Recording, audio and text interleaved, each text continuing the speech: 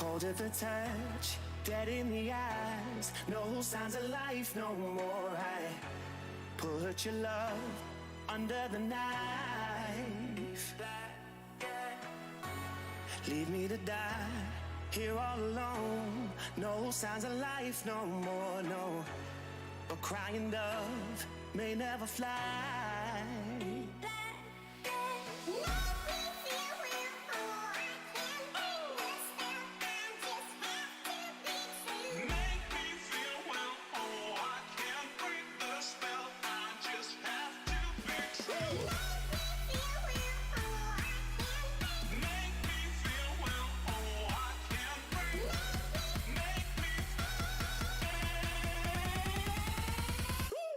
Black and white.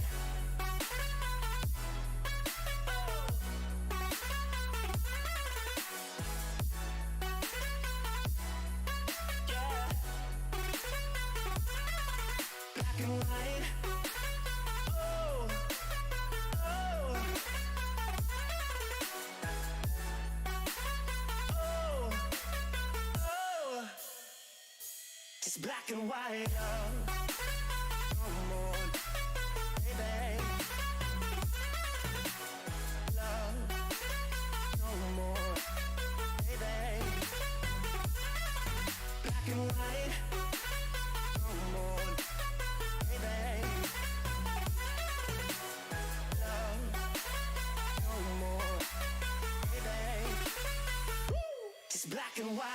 Just let me go, it's only right. For all I know, it's only matter.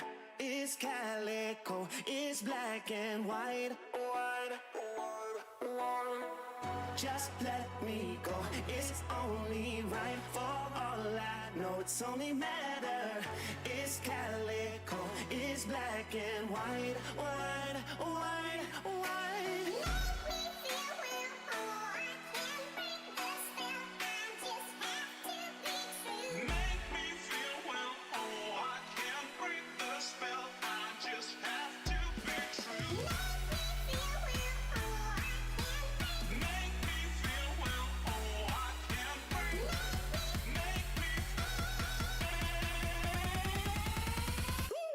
Black and white.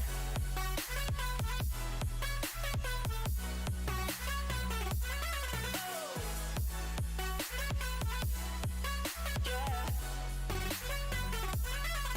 Black and white.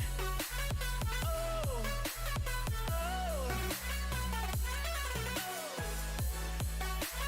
oh, oh. Just black and white.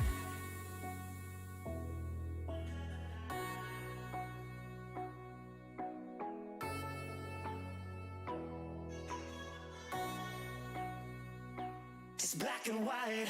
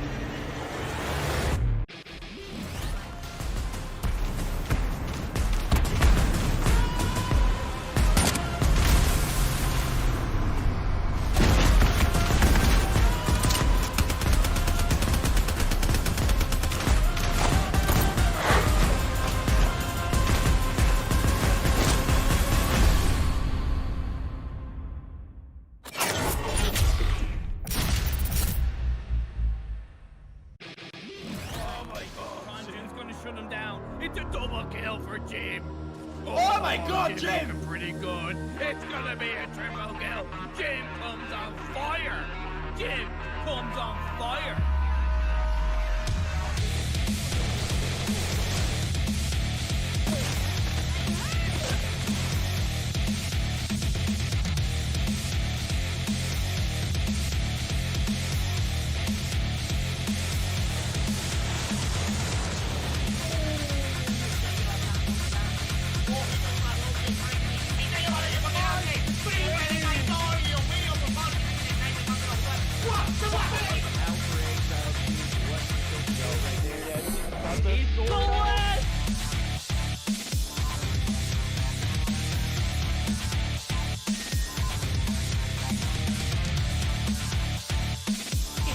Angle, but couldn't land the shot.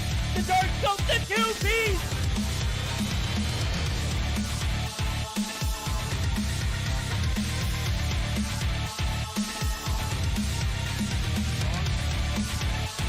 Oh my God!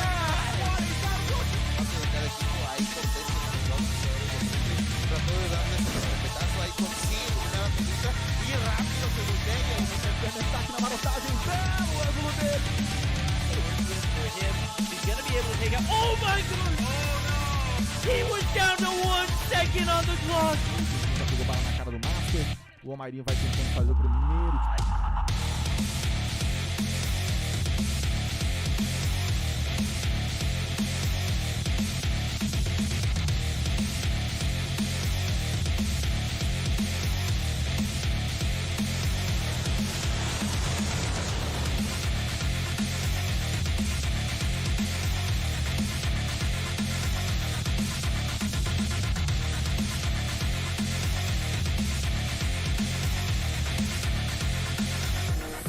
Da estátua vai tentar o tiro porrada e bomba! Vem! Clutch muito difícil de vencer, mas...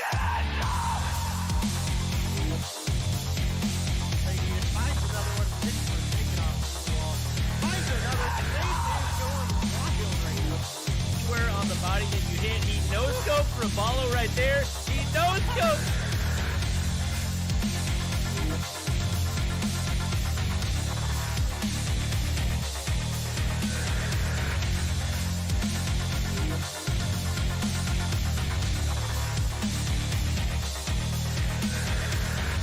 termina eliminando a Jackie. Igual queda solamente positivo por parte de repente. Consigue la primera baja en este round. Se da cuenta que no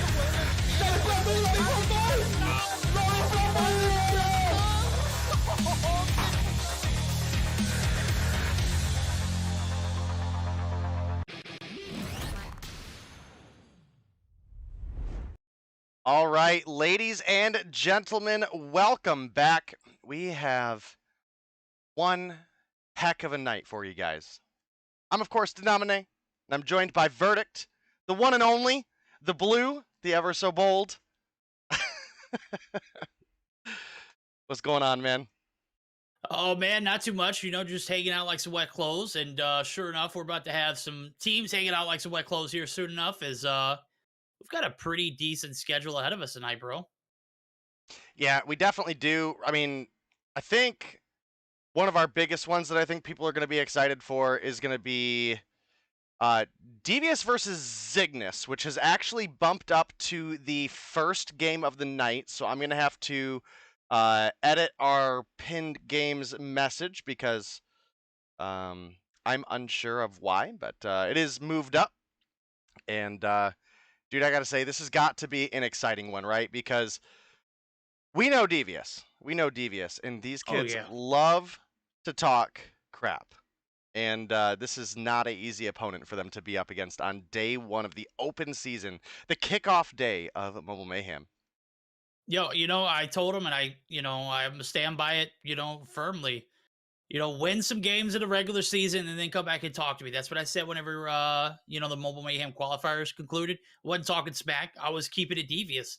Or, in other terms, I was keeping it 100 with them. I enjoy watching this team play. I think they have the most talent, or potential. I would like to say, I think they have the most potential to be an uprising team, but I just haven't seen the follow through on their end. All right. And I hope that sparks the flame under them because, again, I'll continue to say it. I've been fans of Devious for a while. I've known Code for a while. I've known a few of the other players. I'm not too familiar with Rihan before a few seasons ago and Zolp, but those two guys can frag out. They're just gonna have to prove it to me on a much higher stage. Yeah, you're absolutely right. And looking at the Zygnus team, this is the Zygnus team that we know and love, but there's a pretty big change. And I don't know if you caught it yet, Verdict, in the lobby, but I see Zai. Zai making the jump over. I believe he did this a few seasons back, where he jumped ship from Eleventy, went to Zygnus, and that only stuck for like 2 or 3 weeks. And Yuhi did the same thing too. Yuhi did the exact same thing. It's all about what's going to stick though, because these rosters are not set in stone.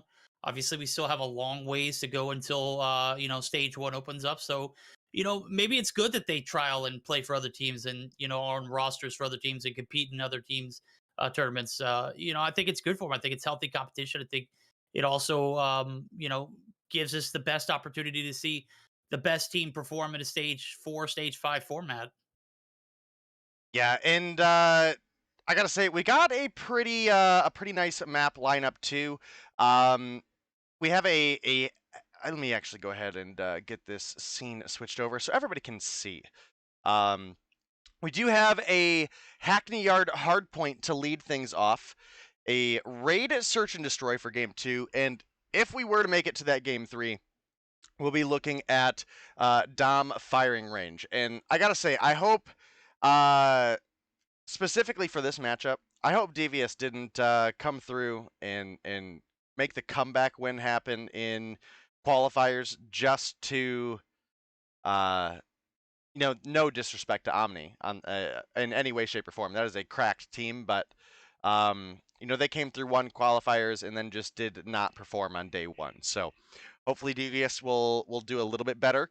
We do have bans on Hardpoint, Crossfire, and Domination at Takeoff for Devious and Zygnus, respectively. And again, maybe for anybody joining us late, going to see something a little different. We don't have operator bans this season. It is just going to be 1 unique operator per team, with the exception of there are a handful of operators that are just flat out banned. The allowed operators are the Purifier, War Machine, Death Machine, Sparrow, Tempest, Gravity Spikes, Annihilator, Equalizer, and the Gravity Vortex Gun. Perfect. Have we gone through all of the confirmed teams that are in the tourney? Have we done our due diligence? Have we walked? We gotta slow it down, Day. You're getting way ahead of myself. All right. Well, I seen 10 players. Listen, we saw 10 players in the lobby. I thought we were going to be ready to go. Antsy. Look. I'm not saying let's rush perfection.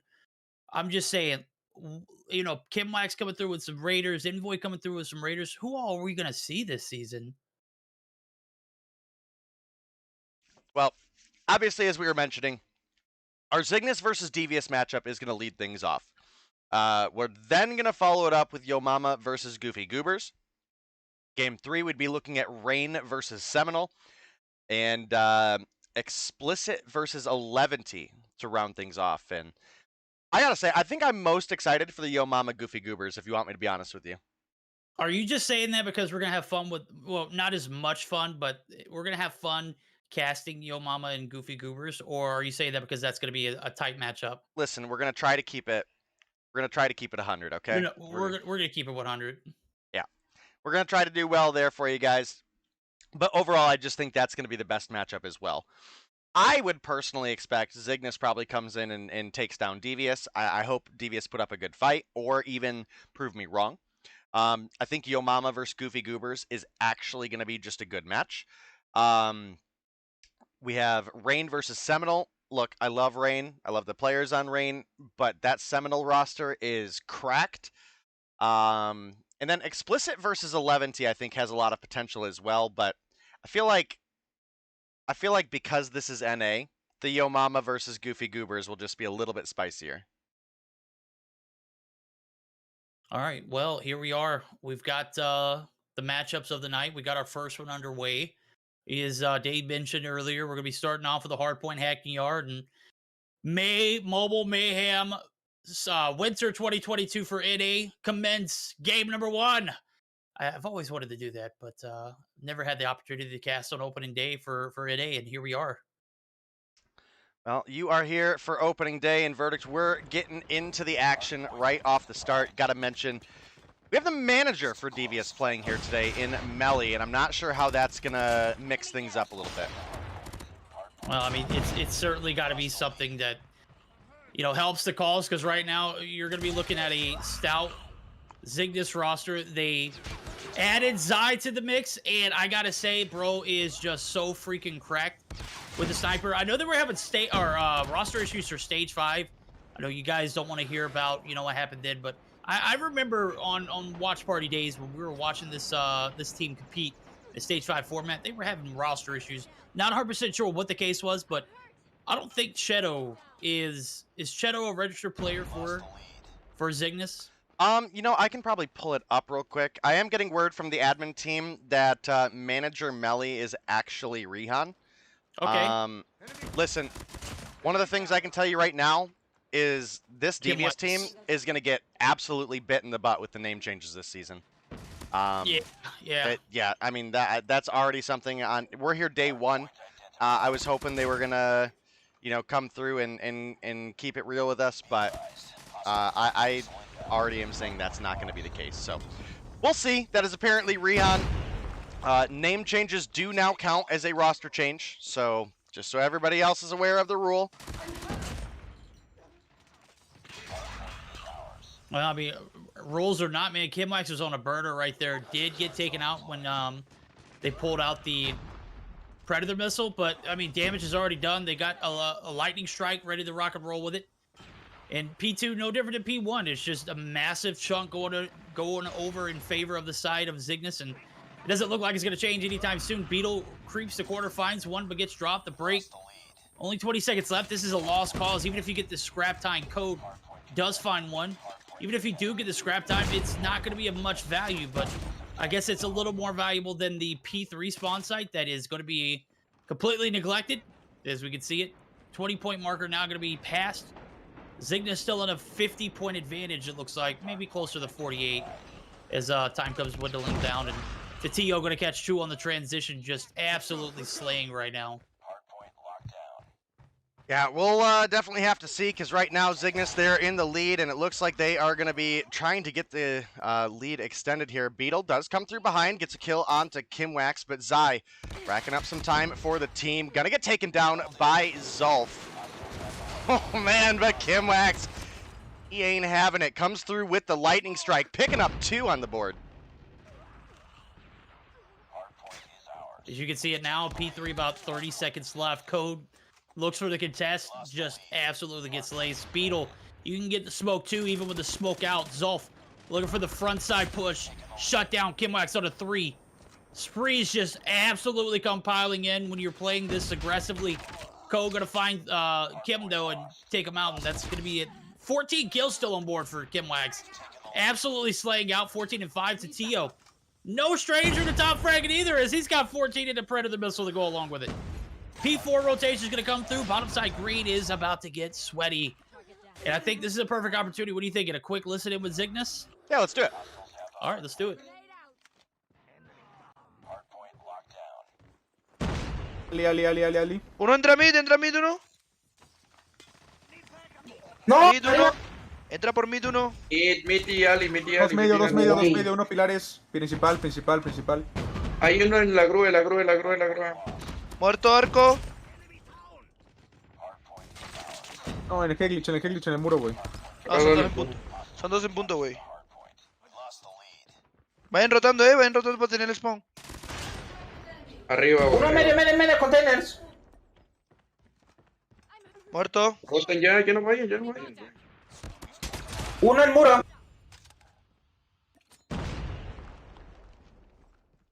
Voy top faro.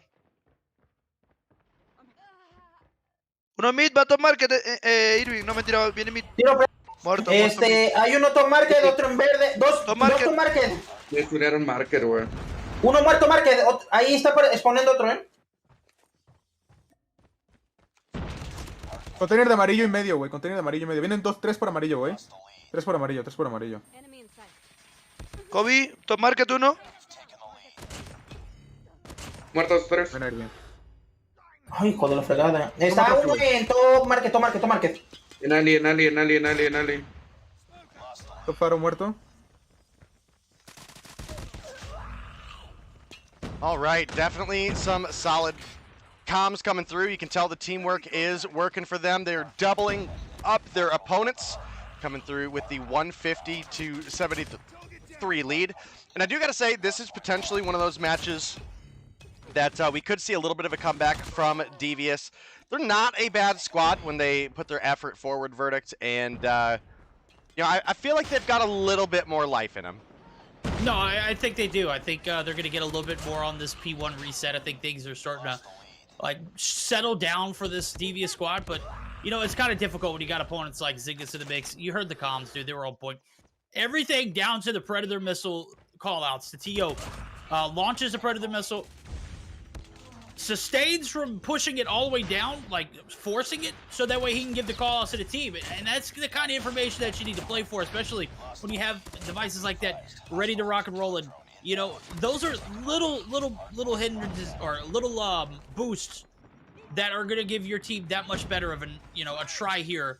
As we see it, the break comes through 165 to 101, and it is just back and forth so far. But Zygnus getting the better of this matchup, and it's, again, it is expected for this team to pop off.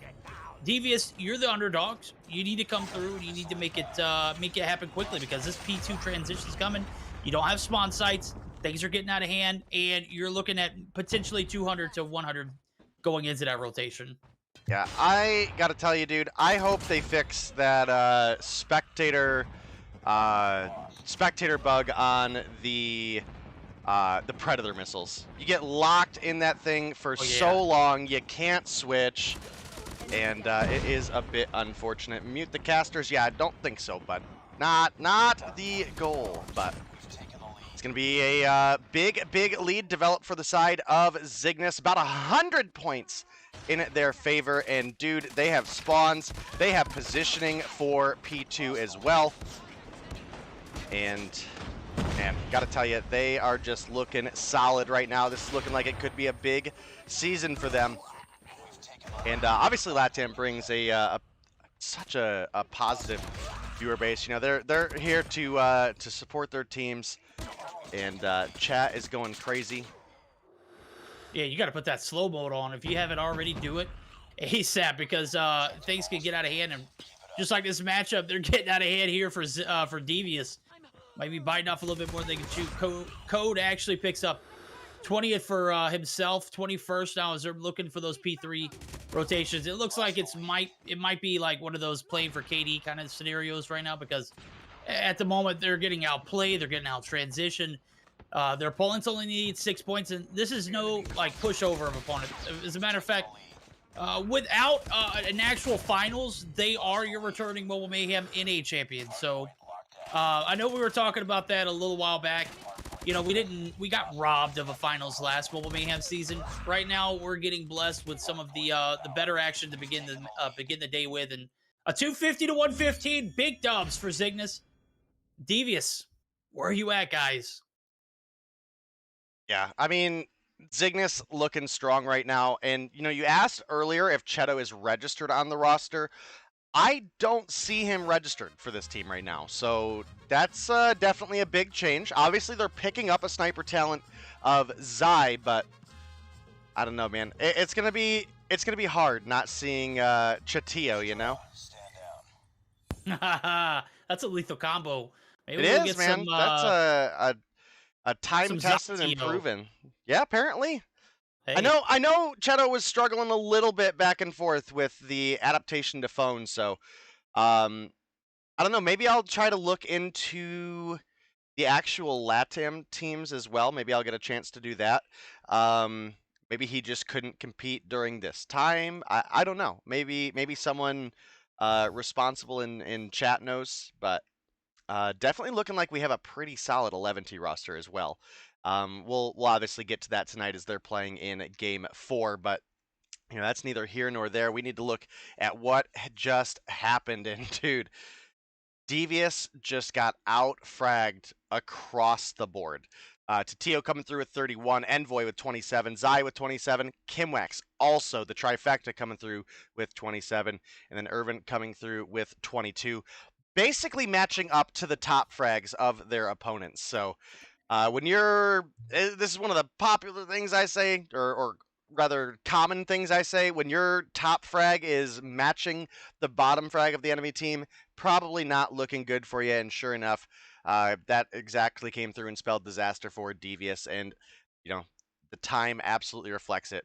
153 for Zai is the top, and then you look over the opposition, and 113 for Beetle. But dude, it falls off so heavy from there for Devious, all the way down to 25 seconds for presumably Rihan.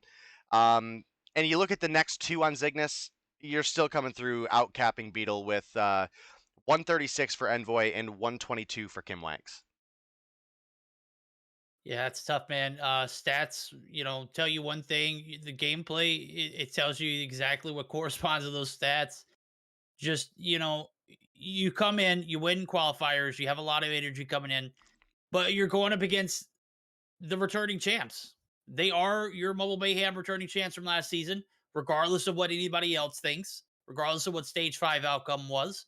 That doesn't matter right now. What matters is we're getting another Mobile Mayhem season. Winter 2022 looking pretty spicy off the rip, and Zygnus looking to compete at the highest caliber. So a tremendous gameplay from them. They came in. It's another day at the office, another business as usual, coming in, not letting anybody down off the rip. So Search and Destroy Raid's going to be our second game mode. Definitely one of those maps that a talent like Zai could pop off.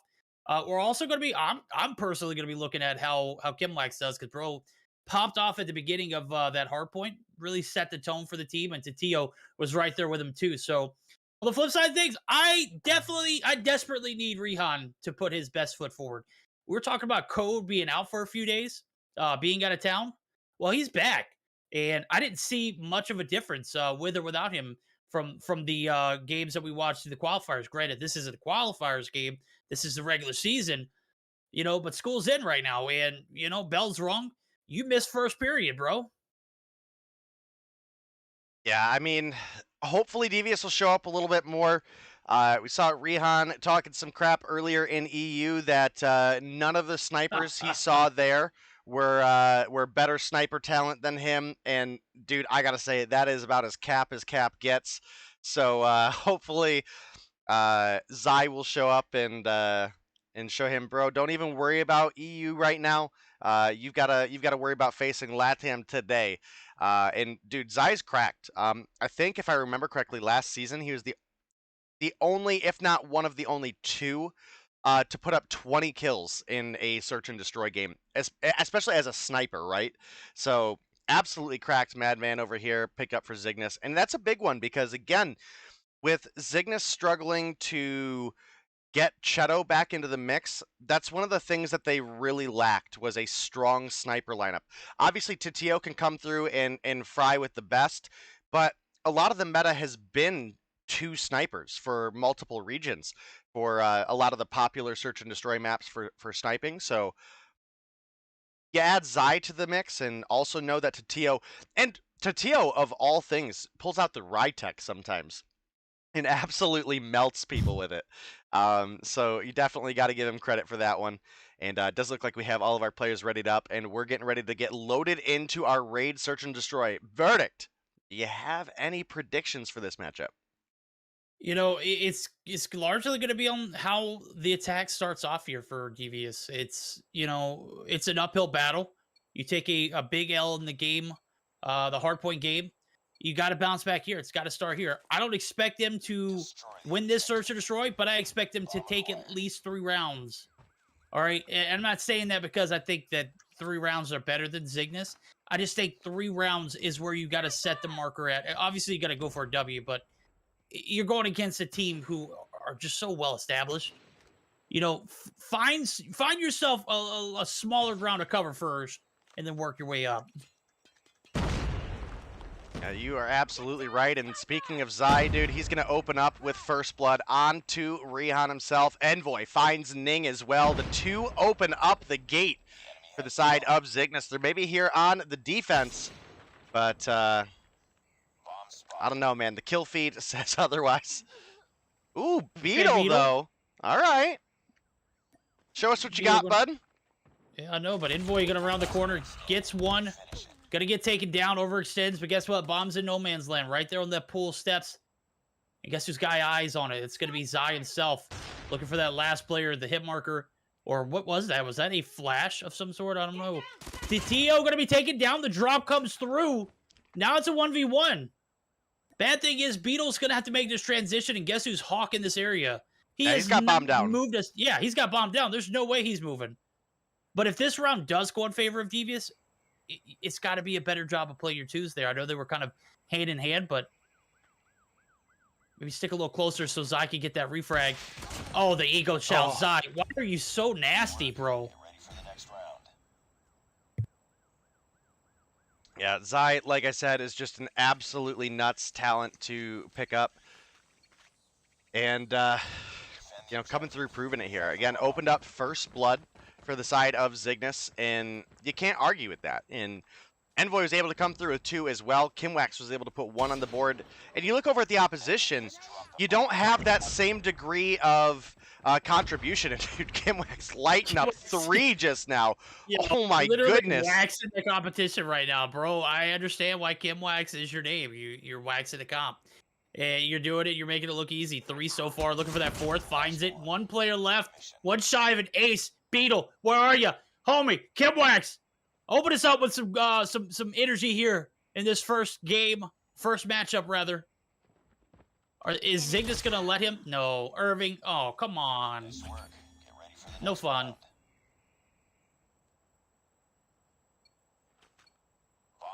Well, you can call it no fun verdict, but at the end of the day, a win is a win. And sure enough, they come through with that 2nd round win, and that one was way more convincing. And again, you look at the credit that's involved. Dude, Beetle had 4 kills that first round. Couldn't quite find the ace, and everyone else is sitting on a goose egg. So we will definitely be on the lookout. Yo, speaking of Tatio earlier with the sniper, actually has the Arctic 50 out. You know, we were mentioning that he tends to like the Rytech, but not this time. No, I think we saw this a little earlier on in EU. It was Inferno on the Arctic wave now as the ACOG comes out in full effect. Rihan finds 1, but man, Tatio is just ridiculous. The Arctic 50 coming through, spamming right there. He has code in his sights. If he peeks it, he's dead, but Goat's got a sniper's on. This is going to be an opportunity for him. Oh, no, it's not. He's shut down. Rip. Oh, you can get some too, Beetle. Ain't gonna get caught on the transition. Kimwax and Zygnus just making it look too easy. Even on the backs of that first round where it was a 1v1. You know, they've done anything but a 1v1 since. Destroy the objective. Bomb acquired. Yeah, I mean, dude, this is looking rough for the side of Devious. We did have Rihan pick up 1 kill last round, but I mean, again, we're just not finding anything right now. Oh my. Had Envoy flashed in the corner, and Envoy still comes through and able to pick up 2 before he dies. Dude, once again, it's Rihan left alone. Finds one onto Tio, but quickly gets refragged out. And Devious are so deep in the hole right now. Zygnus are absolutely marching their way towards victory, and they might not stop there at 4. This could be looking like a 5-0 before the side switch, unless if Devious are able to find something, some sort of energy that they just have not had. You're talking about mythical, magical energy. That energy doesn't exist. This is not an anime. This is not. This is real life. Tio disconnected. Oh no. Uh-oh. Maybe magic does exist. This will be the 3rd time Verdict has put his foot in his mouth tonight, and we're just now getting started.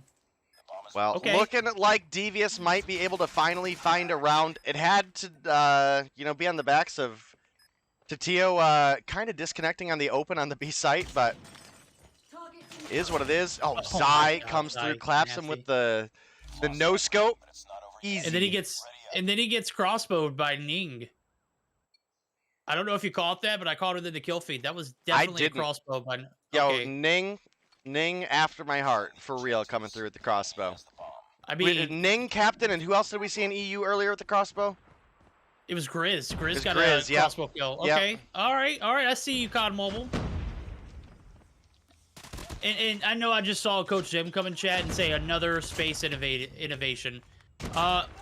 You missed it in EU. The ACOG Arctic? No, that was all space. Oh yeah, that's what I made. I made a comment of that earlier tonight, or earlier today. That was one of the first things I mentioned when I said the ACOG sniper, the Arctic rather. Well, as soon as I said some mythical, or as soon as you said mythical energy, something that doesn't exist, and I said it didn't exist, sure enough, 2 rounds go in favor of the side of Devious, and they still have a lot of dog in the fight. As a matter of fact, Beetle going to open up with first blood. That's going to be Chemwax literally getting fragged. And we got a 5v4. The push towards pool site going to be shut down so far.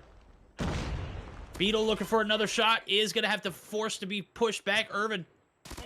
Good shots. Evens things out. And now the push back towards this A-bomb site is much more doable here for Zygnus. Yeah, we do got to pay attention to Ning coming through behind. Only 2 kills on the board, but maybe in a good position for this rotation. Does find some shots onto Tio, but can't find the finish, and now the team knows he's there. Zolf is waiting for someone to make the push, but I don't know. This challenge is bold, bro. Yeah. Yo, and Zy finds 2 onto Ning. Now it's Rihan left alone, and Envoy going to clean him up. 5-2 for Zygnus. And Zygnus looking to close things out clean in a 2-0 victory here. Yeah, we're no strangers to 2-0s. As a matter of fact, in EU earlier, we had 3 of them in a row before we finally got to see that, that unicorn of a 3rd match, or 3rd game. Domination only played 1 time so far tonight, or earlier today, rather. Will we see it here in this matchup? Probably not, but some could be hopeful. We'll have to see now as the push comes through. Another A-side push. 3 players all the way up. First blood's going to come through. Ning and Melly, a.k.a. Rihan. Rihan gets the reposition, gets absolutely obliterated there. Envoy on the refrag. We've got a 3v3. 2 for 2. Code right here on the cubby site. Zolf at the bottom. Zolf catches 1. Oh, to Tio with the headshots. Toxic. Almost able to get the turn on Beetle. Irving does come through with the kill onto Code, but gets taken down, and Devious might be right on the money with 3 rounds for Devious on Verdict's prediction, but we'll have to see. They've been a scrappy team, and we'll be looking to see if they're able to push it any further. Maybe they find their way to a game 3. I've been one to say, if you found 3 rounds, you can find 3 more. And that happened earlier when we were on match point for, oh man, memory just getting so bad in my old age. It was Aphelion versus who though? Because I remember Aphelion made the comeback. Anarchy. Anarchy, good call, good call. Yeah, they were able to bring it back from I think 4-1 all the way to not quite a reverse sweep, but one heck of a comeback. And Does look like could potentially have that kind of energy here, as well as Devious find round number 4 for themselves. There we go. This is where it starts here. 2 more rounds. They can take us to that game 3. I'm sure Zygnus isn't looking forward to that. They're looking to close it out in a 2-0 fashion. They're going to have to find a little bit of magic here on this attack now. The nades come through. Envoy is one shot and is able to bounce back now. Keep in mind, his team is all pushing that B site. Ning picking them apart one by one. He's found 2. Looking for that 3rd. Isn't going to connect. Envoy does find 1, or Irving finds 1 as well, and we're all evened up. Now all that focus and all that energy on this B site going to be shut down from both teams. We're going to have to see how Irving and Envoy and Zai collect themselves. Envoy does have the bomb. Looking for that B side push yet again. And with all the energy that we just saw on that B driveway, I would expect a little bit of that energy met by the remaining players here from Devious, but it looks like they're going to go for a full-on flank, and Irving is right there. Oh, Irving. Down. Oh, no. Oh, the COD timing, right, dude. Gonna rotate over. He does at least find the 1. Zolf gonna find the refrag. It's now a 2 versus 2. The bomb is planted, and there's 30 seconds on the clock. Can Zolf and Rehan send us to a round 11? Or is this going to be Zygnus closing things out here in round 10 in a 2-0 victory? Zai pushing on over. Does miss the shot onto Zolf. Zolf going to take him down. Now it's Envoy. Left alone in a 1 versus 2. We've got no progress on the bomb defuse right now. The bomb is going to be started. Envoy finds him. All he's got to do is play time. That's it. Lights out, Devious. Devious up here talking like they're going to come through and be omniscient this weekend and get taken down by Zygnus, my dude. That's another really, really tough team. And I got to say, Devious performed well in the search. But, bro, if you're not going to show up in Hardpoint, Omniscient are going to make it look like a reminiscent series to this one. Yo, is this the same team that came in the Mobile Mayhem EU today and said, is this the team that you're putting us up against on Saturday? Is this that same team that came in talking crap earlier? I don't know, bro. Hey, look. You can't talk bad about one team and then come in and get 2-0'd in the same fashion. Granted, it was a little closer in the search. That's about as close as it's going to get. 6-4 win for Zygnus. They earned those 20 points. They are not trying to play for that game 3. And if you take a look at the stats here, I mean, Envoy just coming in, literally carrying over on the side. It's not a drastic kill drop. As a matter of fact, even contributions, the trifecta, as Day called it earlier, 7-7-7. This time it's, did they coordinate this? Because they had 27, 27, 27. Now it's search. They got 7-7-7. I don't know how much luckier you can get, right? Tatio had 31 in the last game, so okay, not quite part of that trifecta, but right there with it. Envoy coming through with 12. Beetle was able to put up 12 on the board as well. Dude, Beetle was frying. Beetle was honestly keeping Devious in that game as long as they were. And, you know, we did have Ning skip the kill cam, unfortunately, so we can't go over Ning's stats. But Ning also found some little bit of momentum in the mid game, but Zygnus were just a little bit too strong. Took 10 rounds, so Devious, you know, you gotta give them credit where credit is due.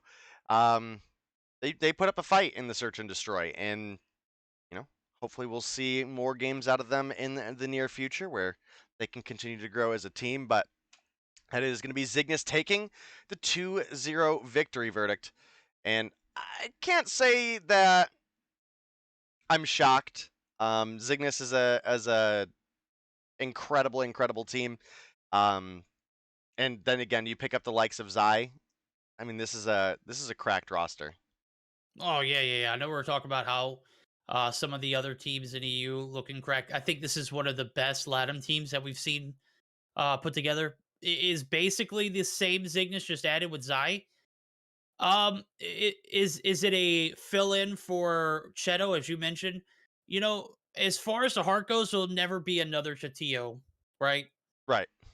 But I gotta roll with Team Zai, bro. Is cracked. I've been a fan since day one. I used to play ranked with a guy back in the day until 3 a.m. I'm a huge Zai fan. Of course, I love to see him succeed. Oh man, The fanboy over here is verdict is just biased because he used to get carried by Zai. Okay, that's the reality here.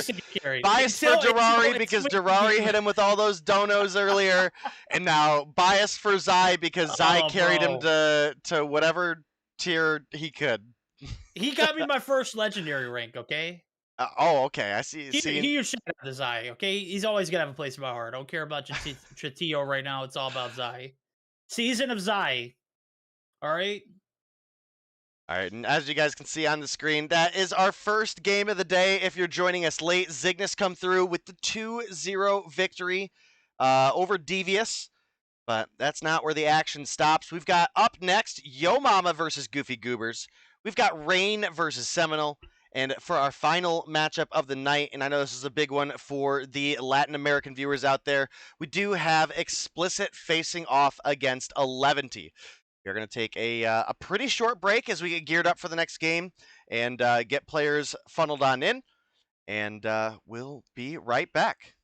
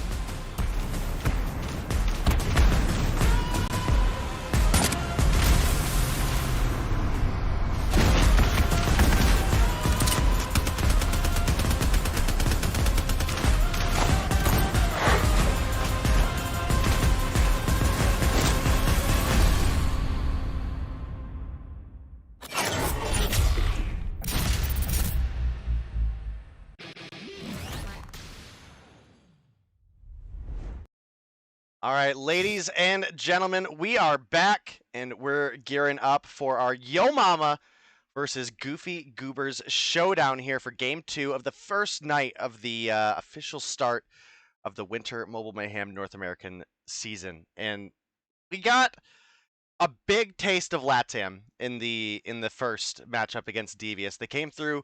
Devious put up a fight against Zygnus in the Search and Destroy specifically. But, dude, that Hardpoint was rough. And I think this next matchup probably going to be a little bit closer than Zygnus versus Devious. What would you think?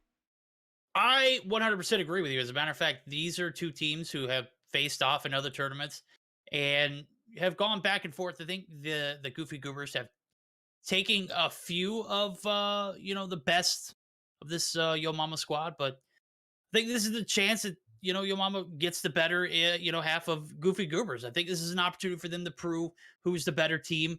Mobile Mayhem is the best way to test your skills. I'm so glad to see that they registered. As a matter of fact, I was taking a look at Extreme's channel. They are actually registered for the LATAM showdown as well too. So definitely a lot of talent in this lobby, and a lot of bragging rights to go along with it if you're able to best your opponent in a best of 3 here. As we're gonna get geared up for that. Where are we starting off at? A Hardpoint raid?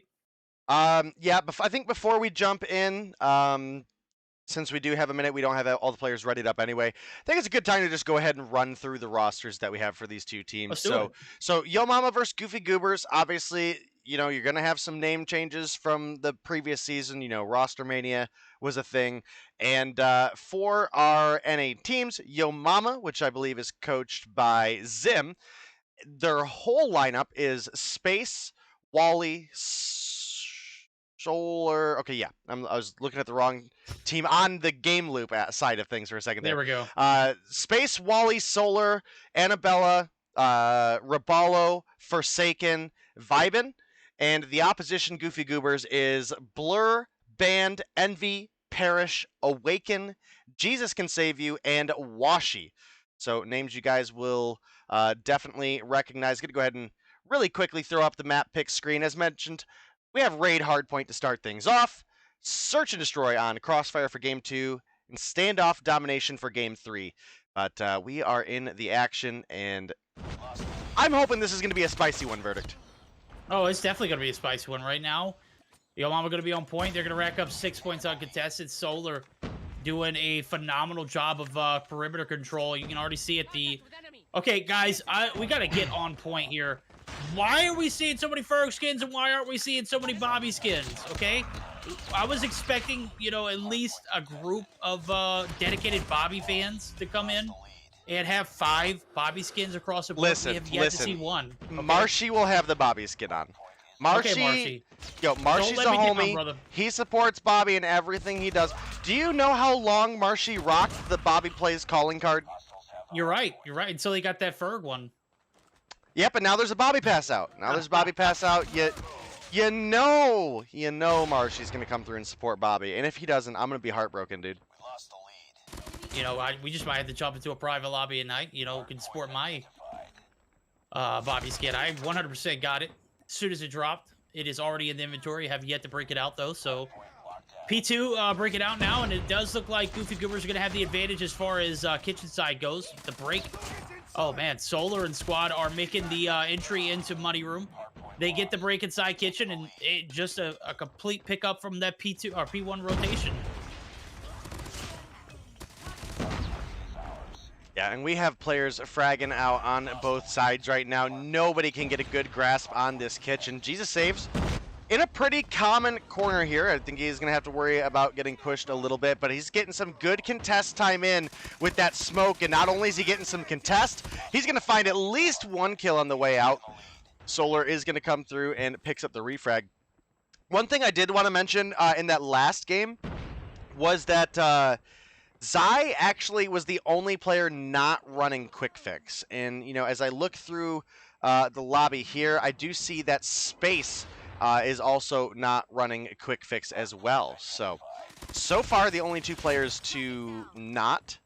And Space respawn sniping with the Arctic 50. Oh my goodness! Disrespect. What a flick! Oh my gosh!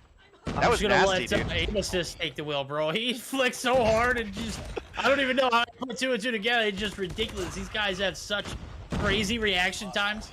And we're talking about like rule changes and everything. I think everything is great with the exception of quick fix. I think if, you know, these players really want to have that CDL vibe coming into Mobile Mayhem, which, you know, we don't see LMGs, we don't see shotguns, we don't see shorties, we don't see LMGs. I already said that, but you get the picture.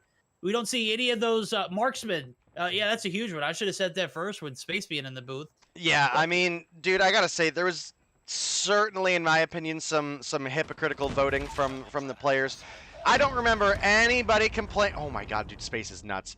I don't remember just about anybody complaining about the LMG meta with the Holger, other than that it was boring. And that's all fine and dandy. If you want to say now, you know, hey, let's, you know, we want to ban the SKS because, you know, we want marksmans out. We want to be more like CDL.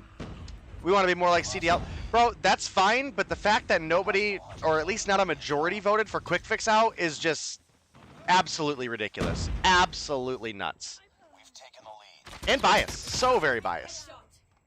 Well, you know, biased or not, it is what it is. The rules voted on by the players, and that's what we're playing with. So, you know, you just can't go with a, you know, I want to be geared more towards CDL without actually doing, you know, everything that the CDL does. So, I mean, hypocritical or not, it's just, you know, cop to the rules. Like, you want to be able to ban marksmen, LMGs, shotguns, all the above. That's okay, dude.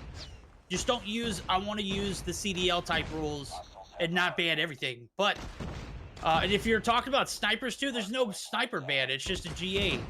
These players vote on that just as well as in CDL. So, in CDL, it just passed. We're not going to see snipers yet again another season. Yeah, but you know where we will see them? Right here in COD Mobile. And dude, I gotta say, Space has been rocking the Arctic 50 all game. Not just a one life respawn snipe. I'd be interested to see how long into the season he sticks with that. Because right now, he's not bottom fragging, but he's certainly far from top frag. He's got 11 on the board, and top frag right now is Solar and Blur are tied with 18 apiece.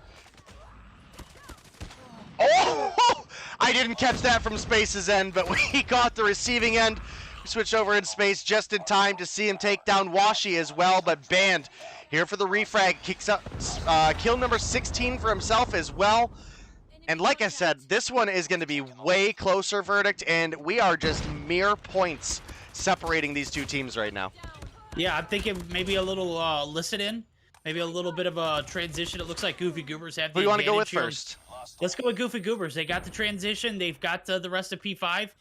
Actually, let's go with the side of Yo Mama because it does look like the break's going to come through a little smooth and cleanly there. Let me let my Discord stop lagging. All right, here we go. I think we're freed up. Yeah. I got. Two, one kitchen, one pillars, one kitchen. Yo, top red, ban. Top red day. Shit. Yeah. I got your ring. I got top ring. I spawn red. One in hill. Nah, you trade. Nice. Good win. Good win. Good. Yo, there's plenty mid. All middle. All middle. One red. I watch your red. I watch your red. I got your red. I got your red. Watch your top red. Spare red. Don't peek. middle. Don't peek. Don't peek top red. Don't peek top red. Don't peek top red. Arctic jungle. Yeah, Arctic jungle. Yo, just rotate. I got you. Nice. Good changes. Everybody rotate. Yo, Molly, I'm with you. Jungle. Yo, Jesus. Two pushing, Molly. Two pushing. You can bait me. Top laundry. Bait me. I got your money. Money working. Nah, two. Laundry. Just 3-0. Hey, I'm flanking basketball. I'm gonna smoke Nice. middle. I'm gonna go basketball you, right? Oh, they got trophies. I caught my death machine. Wow, watch our money. Absolute money. Yeah, watch me. Money dead. Money. One point on me. Three. The vortex main. Okay, suck it dead. Go no. Money one shot. Sniper is in straight trees. Money died. Laundry. Space. Money, watch you, money. Oh, money got me. He's in point. Nice. Another point. Top phone. Yo, geez, on you. Right on you. Ban you blur. We got him. I got him. Go in. Play mid. Yo, one more pull. One shot. Yo, watch your pull. Got you. Watch your money. Yeah, watching money. Start going you. I got. One shot hill. 2. Yo, one pull. Sack it a little bit. Middle. Hey, start rotating, guys. I think it's pushing gold. Yeah. I'm rotating. We're good. What's the name? I'm rotating. I got an enemy. Yo, geez, you have smoke, right? I got a smoke, yeah. Alright, you smoke the right there, I smoke the left, okay? Wait, right there. What do you mean right there? You know, the middle right. Yeah. I'm swinging jet. Yo, he's black van.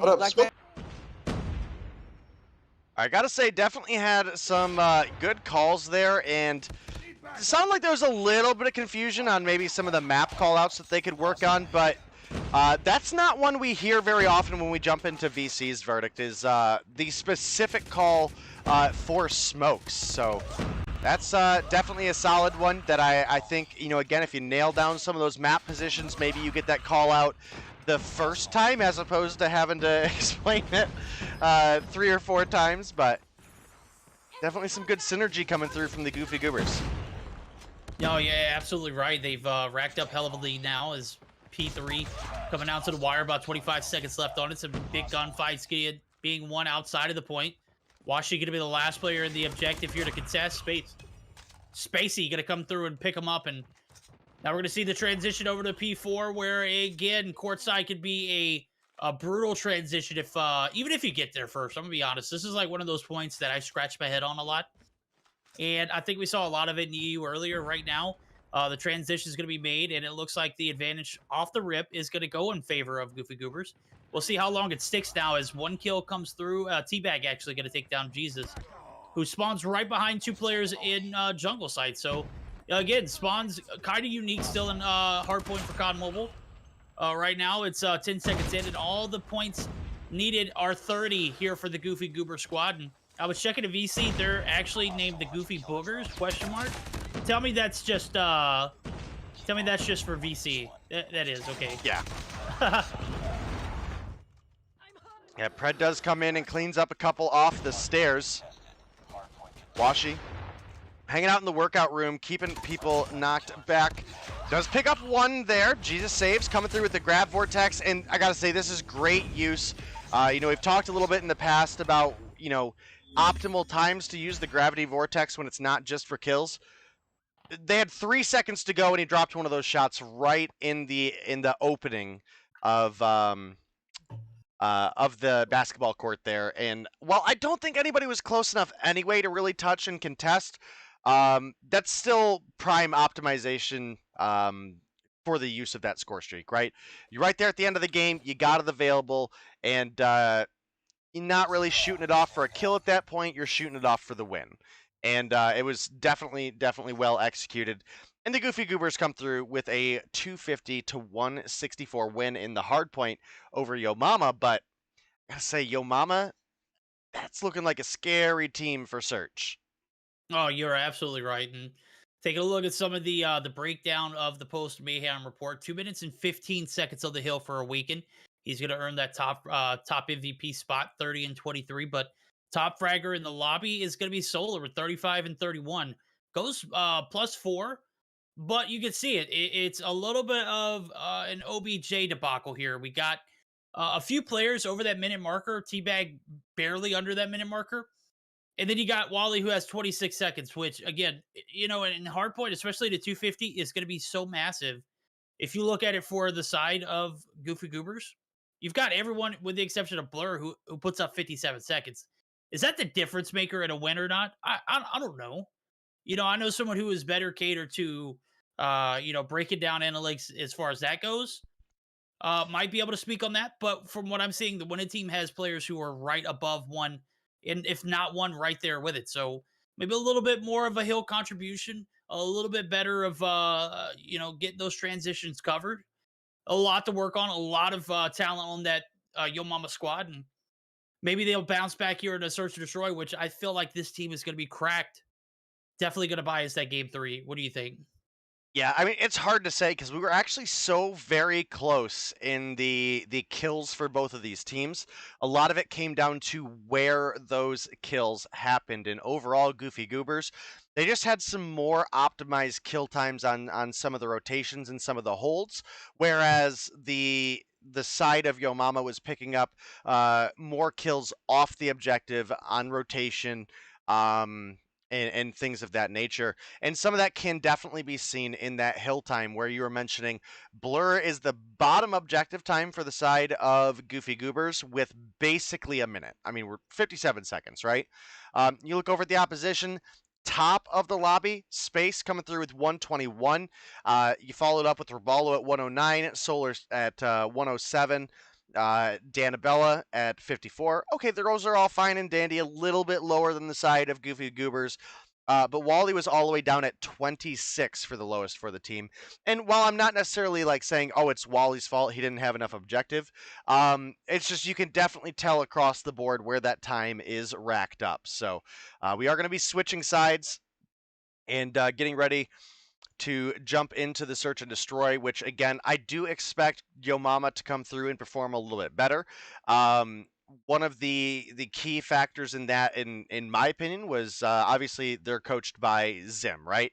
And NYSL Mayhem was pretty consistently one of the strongest Search and Destroy teams in North America, even though they pretty much all said they don't like Search and Destroy. So I definitely think that can be a big factor that Zim brings some solid strategy to the team for Search and Destroy. And we did see that a bit earlier in Europe as well, because Zim is coaching a European team this season.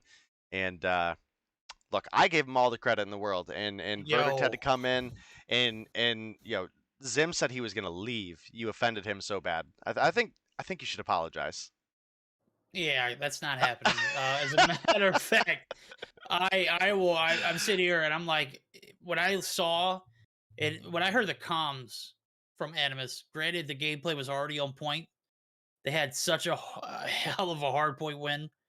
They literally kept their opponents at 38 seconds of objective time. And then on top of that, they had a player who dropped, what was it, 40 kills for Shark? And they only went to a P2 reset. Yeah. In a standoff. They only had 4 points. Yeah, I mean, on the map, and bro, I don't know, that team's stacked. That's one of the best teams I've ever seen put together. And that's saying a lot because EU has a lot of talent, NA has a lot of talent. And to see that team play, it was brutal. Yeah, and it does look like we're just waiting on 1 or 2 players to get readied up for this Search and Destroy, and I gotta say, I'm excited. I really want to see what Space brings to the table as far as the sniper talent for the team in this game. Is he gonna, stick with the ACOG Arctic, or for Search, when we're obviously going to be in a single life game mode, is he going for something like the DLQ or the Locust, or even the Rytech again, we see sometimes. The Arctic 50, it's semi-auto. It makes way more sense for respawns. But obviously that's not the case here for Search. So we're getting fired up into the game. And hopefully Yo Mama is here to push us to a game 3. Oh, they're going to need to win here. They're definitely going to... They can't walk away from a matchup against Goofy Goobers only picking up 0 point. You can't go 0 on the board here. You got to find a win this game, and I have 100% confidence in Yo Mama finding a game. Now, defending side not so strong here, but Wally able to win the gunfight right on the outskirts of this bus station staircase, and Bomb still not made its way over. Jesus finds the revenge frag there. Solo drops as we've got 1-for-1 now. Teabag gets taken down, and it's 2v3. And D'Annabella gets taken down there. Awaken coming through with the 2-piece in the feed and looking like he's going to get the bomb plant here in a second. I do think Roballo at least saw him push up to the bomb, so got to be having that call out over to Space, who, again, I did say I wanted to look and see what he was rocking. Sure enough, for Search, does switch over to the DLQ. That does make quite a bit of sense. Roballo making the rotation up behind. Couldn't quite find the kill onto Washi. And that, unfortunately, is going to give his position away. And now Space in kind of a tight spot. He's sniper playing Main Street, running out of time. Does see Awaken rotating over. Actually, a former teammate. So you can definitely see some of that roster mania coming through. And even though Roballo is finding a couple shots onto Awaken, couldn't quite get away. And Washi comes through and takes him down. 3 on the board for... Yeah, 3 on the board for Awaken that round. 1 for Jesus, 1 for Washi. And for the opposition, only Roballo and Wally coming through with 1 kill apiece. Yeah, Awaken's one of those players that, if you let him wake up, can just absolutely terrorize you. Teabag comes through for first blood, but Awaken, again, going to be able to get the revenge frag there. And that is going to be the 1-for-1. Now the bomb's still in Awaken's hand. He is going to be making the rotation over. Catches Wally on the staircase. Does not overextend. Gotta love the plays now. When the man's is on, the man's is on. He's got 4 on board so far. Not going to get taken down like that. Wally, only 1 kill on board. We saw the staircase interaction, or heard this staircase interaction from last round. Now looking to make something shake here on the B side. Oh, he pushes up. Get baited. Awaken. Gonna find the shots, but Roballo gonna quickly return the favor. We've got a 2-for-2, 3v3 going through. Bomb's gonna be spotted. And I haven't seen a motion towards the bomb as of yet. Yeah, we're all tied up as far as player lives goes. 3v3. We do have 50 seconds left on the clock, and bomb is down on the B bomb site. You can see Space just kind of hanging out in the corner here, trying to play for sounds. Don't know if he quite hears Washi pushing up over here, but might have heard the weapon switch, and sure enough, peeks on up. Not able to find... Oh my, Washi! That was a nasty shot, dude. Gets taken down by Solar. But that was such a great slide from Washi. And now it's Roballo left alone in a 1-versus-2 up against Blur, and Jesus can save you. And, oh my goodness, dude. The call out there from Jesus that he was top. And, man, Blur comes through with the 1-and-done wallbang. 2-0 lead for Goofy Goobers. Bro, that's so terrible, man. You don't hit that shot. Roballo stays alive, maybe even contest enough to take some shots at the bomb planter. There was only 15 seconds on the clock. Man, Blur is just a freak of nature, bro. Roballo gonna find first blood this round. Bang gonna get the revenge. Blur just continuing to do Blur things now as he's racked up his 3rd. Takes down Roballo on the revenge. D'Annabella rotating from behind. Washi killed himself. D'Annabella gonna find 1 onto Band. Is now looking for Awaken. Does run out of ammo in the mag. Is gonna switch over to the Renetti. Pretty sure I just saw Awaken come through and run right over the body. Body shooting the whole time. As we may have mentioned before, you got to come through with that double tap, okay? You got to come through with the double tap. You got to make sure the undead are really dead. Dead or not, we got a 1v1 Space and Blur, 2 sniper talents. Blur doesn't have the bomb, and I think that's where the advantage is going to come in favor for Space, who does get the shots to land regardless if the bomb is picked up or not. 1 round again.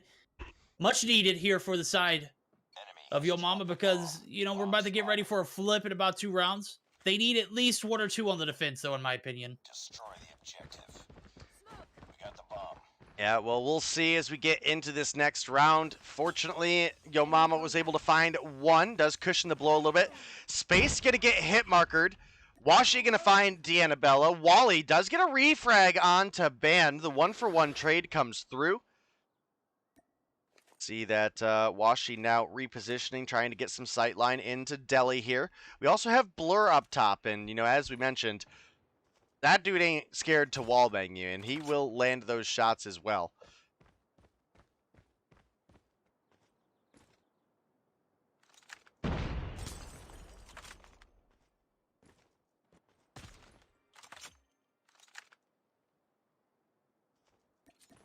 And very, very passive play coming from both teams.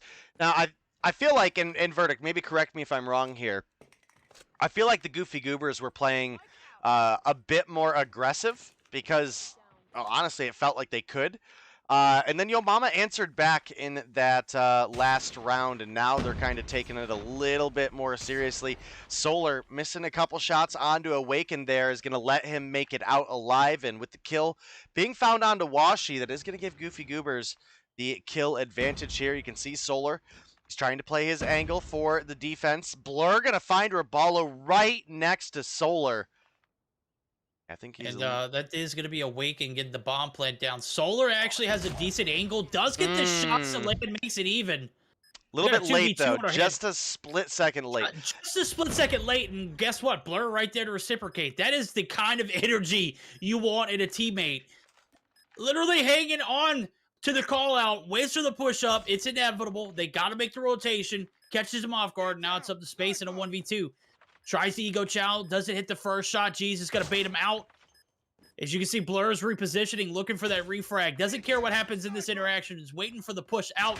There it goes. First shot's miss. Second shot's a miss. Blur, what's going on? Third shot is a charm. And we've got a 3-1 lead in favor of the Goofy Goobers.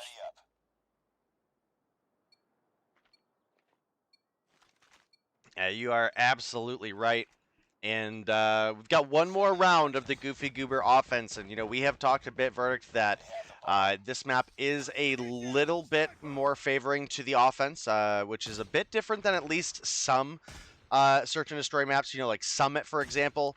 Bro, that is a defense map if I've ever seen one. And, you know, speaking of defense, Waken is playing absolutely none of that. Comes through at 2. Does eventually get taken down, but with Band finding one onto Space as well, the 1-for-3 trade comes through. Wally does find a refrag, but walks right into Washi. Now it's Solar.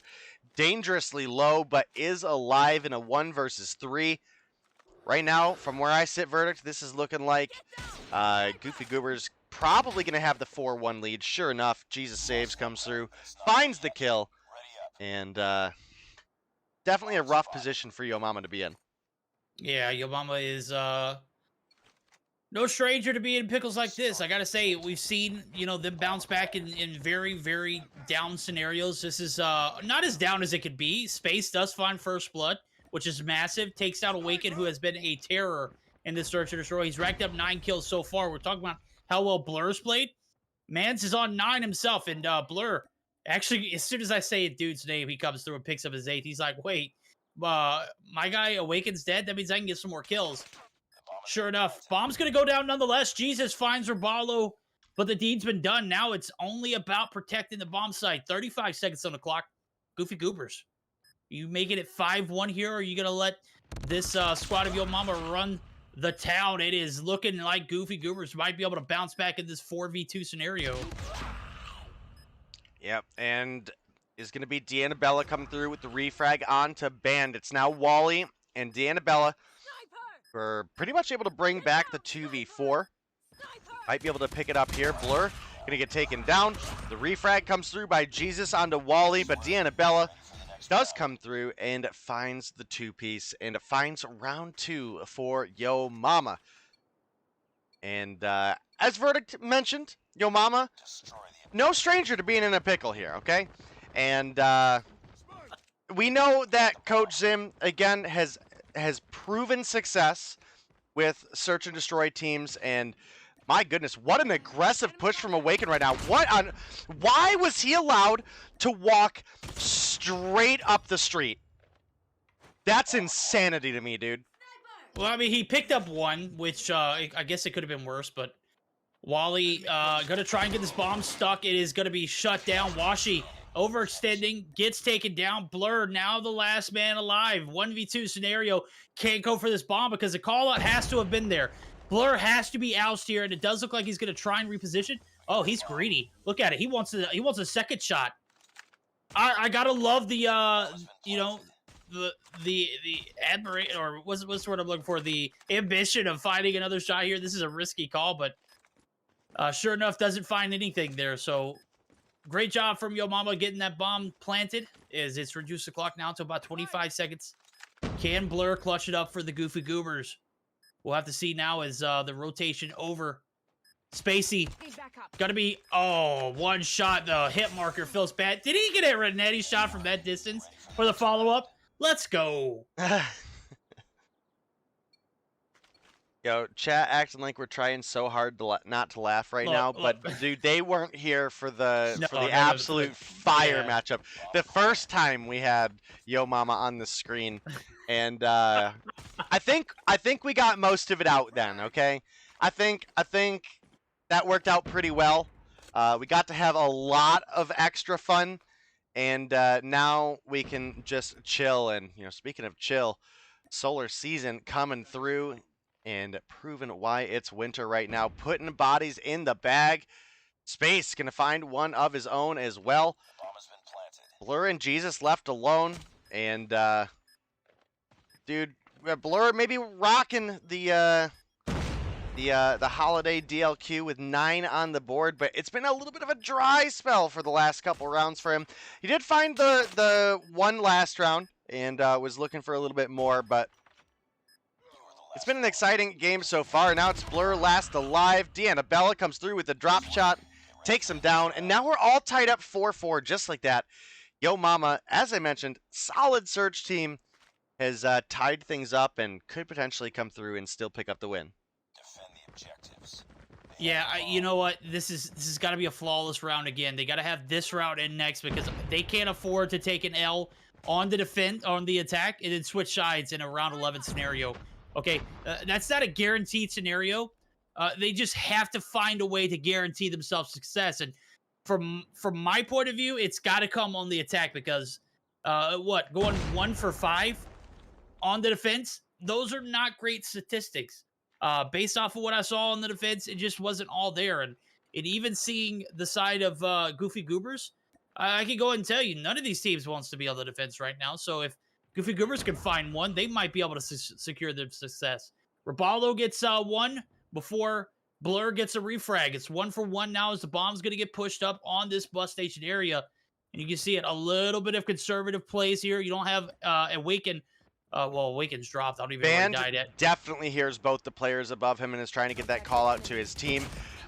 Is going to pick up one onto Ribaldo as well. That was the bomb planter for the side of Yo Mama. And I got to say, Band not been having a lot of momentum in this game, but definitely might be a factor on why they win this round here, if they do, of course. But they now have, the complete answer that bomb is down on B. They can kind of sit back in their positions and watch for some of those rotations. You can see Washi's up top, looking for anybody to peek that doorway. We've also got Jesus Can Save in the deli. Might be looking for another one of those wallbang shots. We saw it happen earlier. I think Blur was able to pick one up. And speaking of Blur picking one up, he's going to find a kill there on to Annabella. Band finds Wally. Space is able to pick up one on the refrag, but it's a 1v3. This is it. This is a game. Oh, yep, see it. Yep. Yeah, it's tough. Oh, not game, but it's round because there's like 8 seconds on the clock. I had just looked up at it. Sure enough, Space in a bit of a predicament. Tries to get that bomb planted, and sure enough, all the focus after he picked it up was right there on the site. So, wow. A great run. Still doable here for Yo Mama, but again, it's going to have to come on a round 11 where you swap sides to defense. And right now, you're not doing too great on the attack. Oh, boy. 3 dropped in only 1 exchange. So, Band doing a great job of playing his life right here. Teabag looking for the shots a little premature, but hey. Got to find a way to even things out, and does get the drop. Shots are dead for Band. 2v3. Bomb is down. And you got one player who was right over it, but he's going to be hella contested right here. It's going to be Washi and Jesus. Jesus actually doesn't hear through the smoke. Does pull out the gun. The secondary, but rounds the quarter. Teabag gets doused. And now it's all on Solar. Is it his season, or is it, again, Winter, as you mentioned? Well, we'll see. 5 on the board for Solar. It does have the bomb planted. 25 seconds on the clock. Just needs to play time, play the defense. We do actually have Washi making... Oh my, that feels bad. Yikes. Feels bad. Walked right into that. Blur with the fake defuse. And, dude was looking right at the doorway. Right at the doorway, Solar was going to be coming around. And that's going to be the 2-0 victory in favor of the Goofy Goobers verdict. And, you know, I saw some people in chat saying that the Goofy Goobers are the second best team in North America right now. And there's definitely an argument for that. There's definitely an argument. I would assume those people saying that are thinking Seminole is number 1. I'm going to be honest with you guys. Seminole and Goofy Goobers definitely go back and forth. And Yo Mama is a team that has so much potential and is right on that brink of breaking through. So looking like a fun season here for North America so far. You're absolutely right. You know, I would 100% agree with those claims for Goofy Goobers being a close second. You know, and some of those votes for people who think that the other team is Seminole being number 1, I would 100% agree with. But I was trying to find the registered team for Seminole, and I don't think Tectonic is on it. If Tectonic isn't on that team, it's a toss-up for me.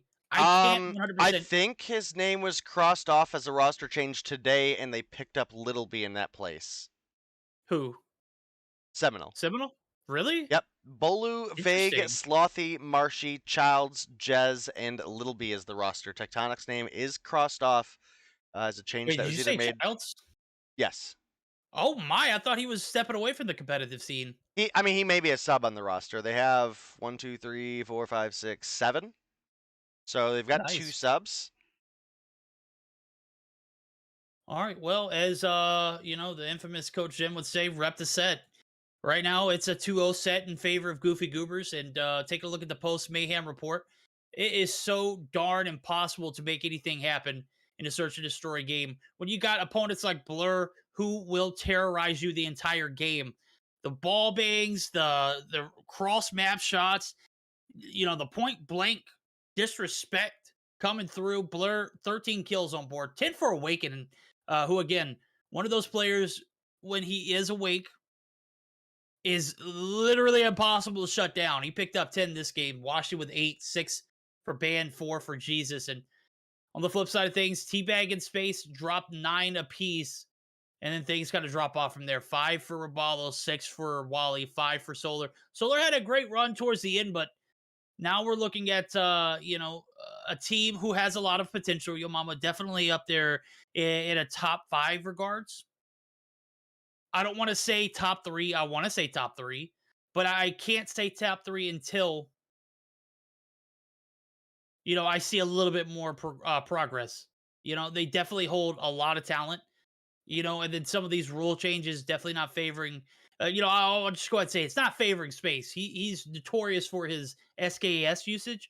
It literally caused the whole scene to go into a shock and meltdown to make a rule change. And the result of that was no LMGs, no shotguns, no shorty, and nothing plenty else, of no thumper, and plenty of hypocrisy to go with it because we've still got quick fix. Okay, so there we go. Yeah, definitely, definitely been some solid games for multiple regions. Got that off my chest. Yeah. I mean, we definitely have had some solid games for multiple regions. As we go ahead and throw up the results for so far today, just to catch up anybody who maybe joined us late, it was Zygnus coming through with the pretty strong 2-0 victory over Devious. Devious did put up a bit of a fight in the search and destroy, but the hardpoint was all Zygnus all the way. We got into our second game, which is the one you guys just missed. And Goofy Goobers did come through with the 2-0 victory over Yo Mama, but that was a heck of a search and destroy, dude. That was really solid. There's a lot of fight in the hard point as well. And as we look at our next matchup, gotta say this is one I think probably anybody can have a predicted outcome. And look, everybody would bet on Seminole, and I don't disagree with them, but maybe Rain finds some groove in the search and destroy. Maybe they're able to push us to a game 3. That's a rough. That's a tall ask, bro. That's a real tall ask. Especially since this is a very newly formed team. Whereas Seminole, yeah, sure, it's a newly formed team, but it's all players who hang out and play together anyway on a daily basis, and did all through last year as well. I don't know, man. It's a tall ask, but I really want to believe in Rain for at least one game. Then our last matchup of the night is going to be that Explicit versus Eleventy matchup. So make sure you guys stick around for those. We do have a quick trailer from COD Mobile. One of the last times you guys will see these trailers specifically, as we are getting ready to have a new season come out. And we are going to take a short break as we get geared up for our next game. So hang tight, guys, and we will be right back.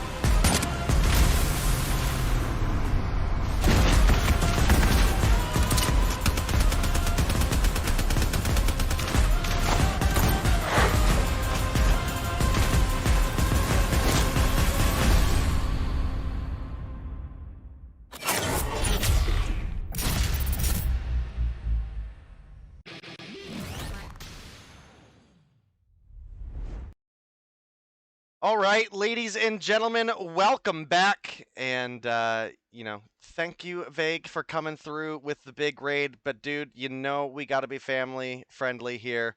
Everybody from Vague's chat, thank you for coming by. And definitely hoping we have an exciting matchup here for you guys. It's going to be Rain versus Seminole. And Verdict, we've done a pretty decent job tonight of just running through those lineups just for maybe anybody who, in this case, maybe didn't watch qualifiers or hasn't kept up with Seminole. So if you have those available, do you want to run through them, or do you want me to, or?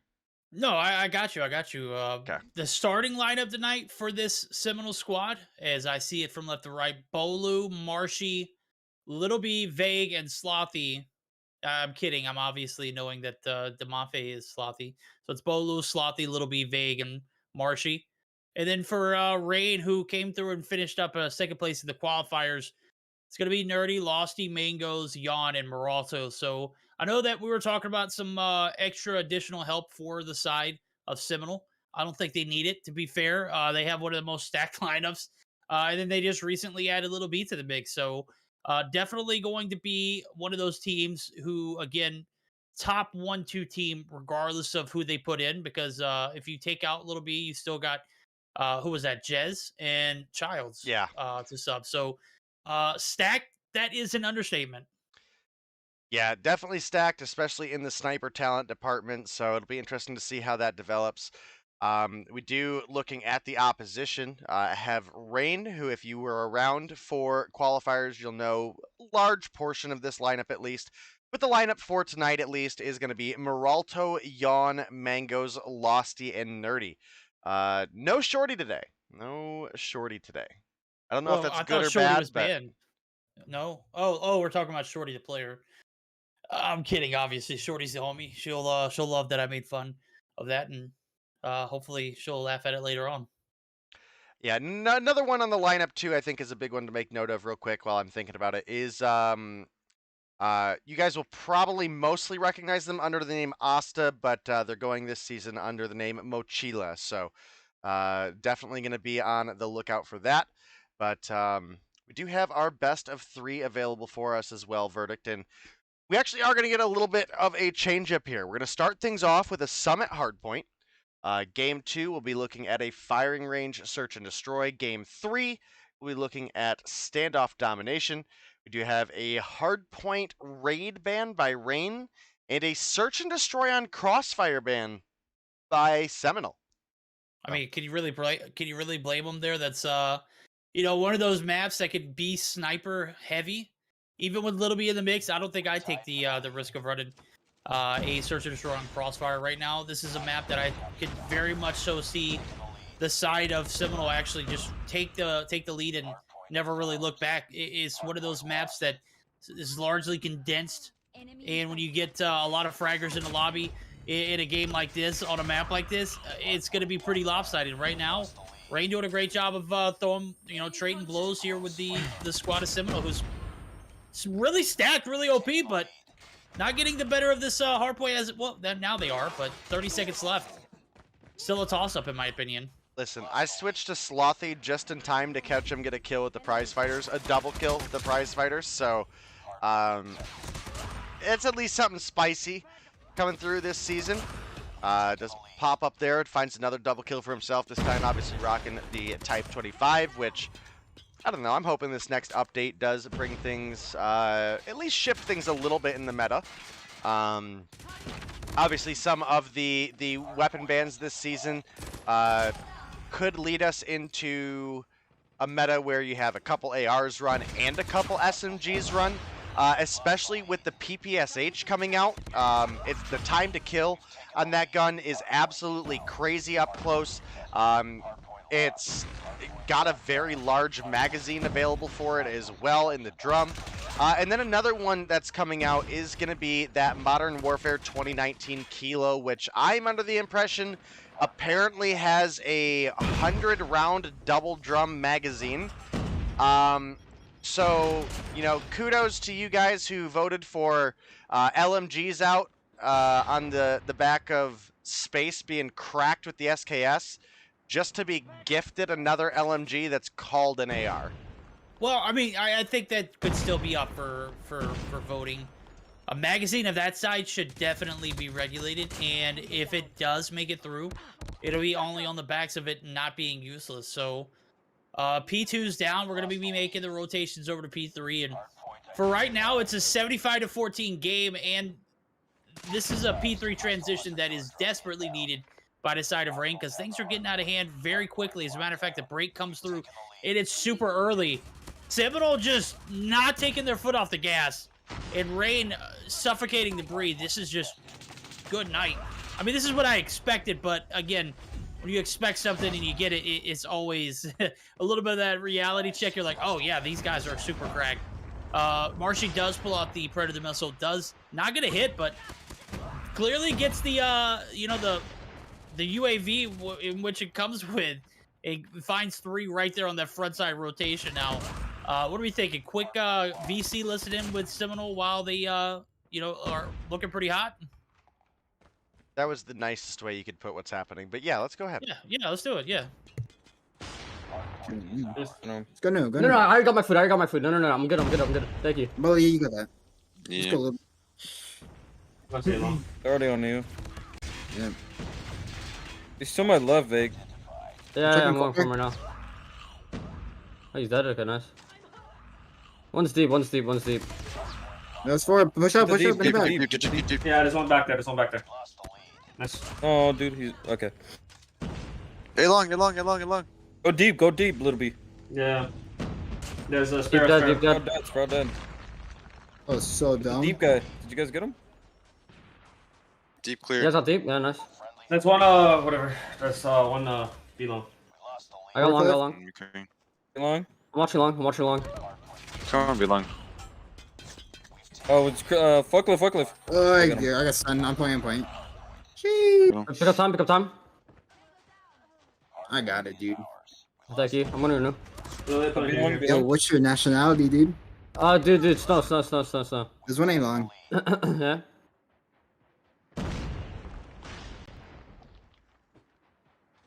Right top. Watch top.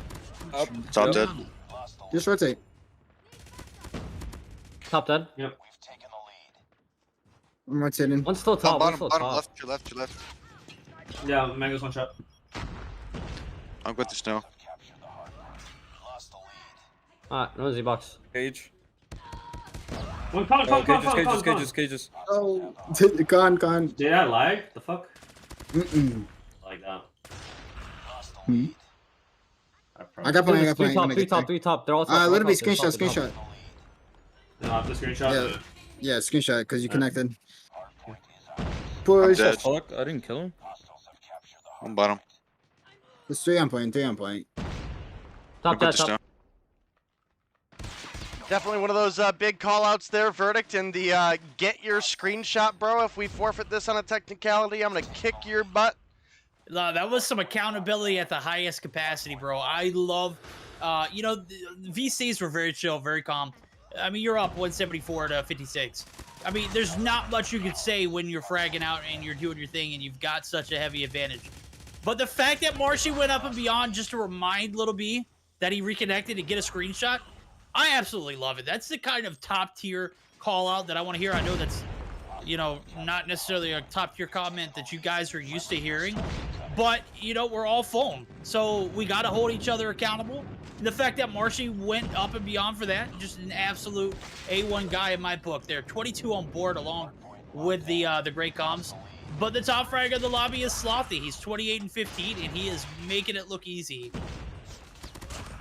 At 28-15 coming through for him, and then the next closest is going to be Marshy with 23 and 9, and nobody in double digits for the side of Rain. In fact, we still have Nerdy sitting down at 7 and 17 right now. Definitely nobody in double digits.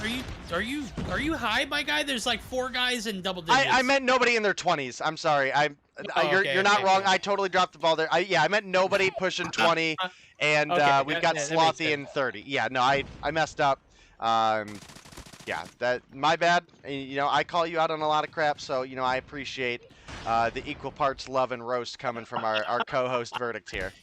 Hey, you know what? It's the universe is balanced. We're all 100% with each other, and I appreciate the fact that you're able to take that with a great assault, just like I do every time. I know I like grind my teeth a little bit. I'm like, this guy. I know he's not trying to correct me on stream. How disrespectful!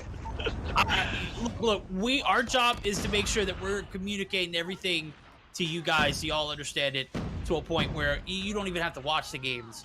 Right now, if you're watching it or not, you understand that it is a 230 to 69 blowout. And we expected the Seminole team to come in and handle business, and right now they're doing that.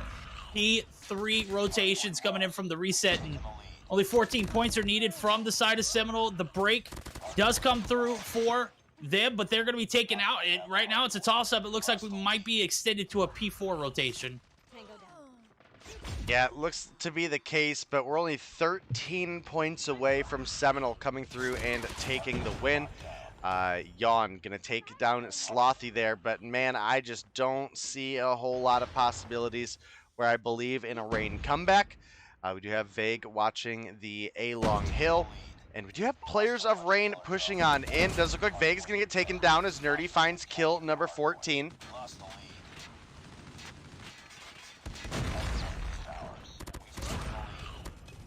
And this one is looking over. Nobody's even close enough to put a foot on the hill, even if they were uncontested on their way. And that's going to be a 250 to 87 win coming through for the side of Seminole. Verdict, dude, I got to say, I'm not at all shocked. No, this was expected. I'm just trying to do this as respectful as possible because I have a lot of relationships. I have a lot of respect for Moralto and Mangoes. If Shorty was here, I would probably dog him a little bit more. But listen, Moralto and Mangoes are the homies. Mangoes are the homies. And listen, they know they took a butt whipping now. Okay, they know. That's totally fine. That's totally fine. The reality is, Seminole is stacked. Okay, Seminole is stacked. Rain, I want to believe in them for this season, but it is a newly formed roster.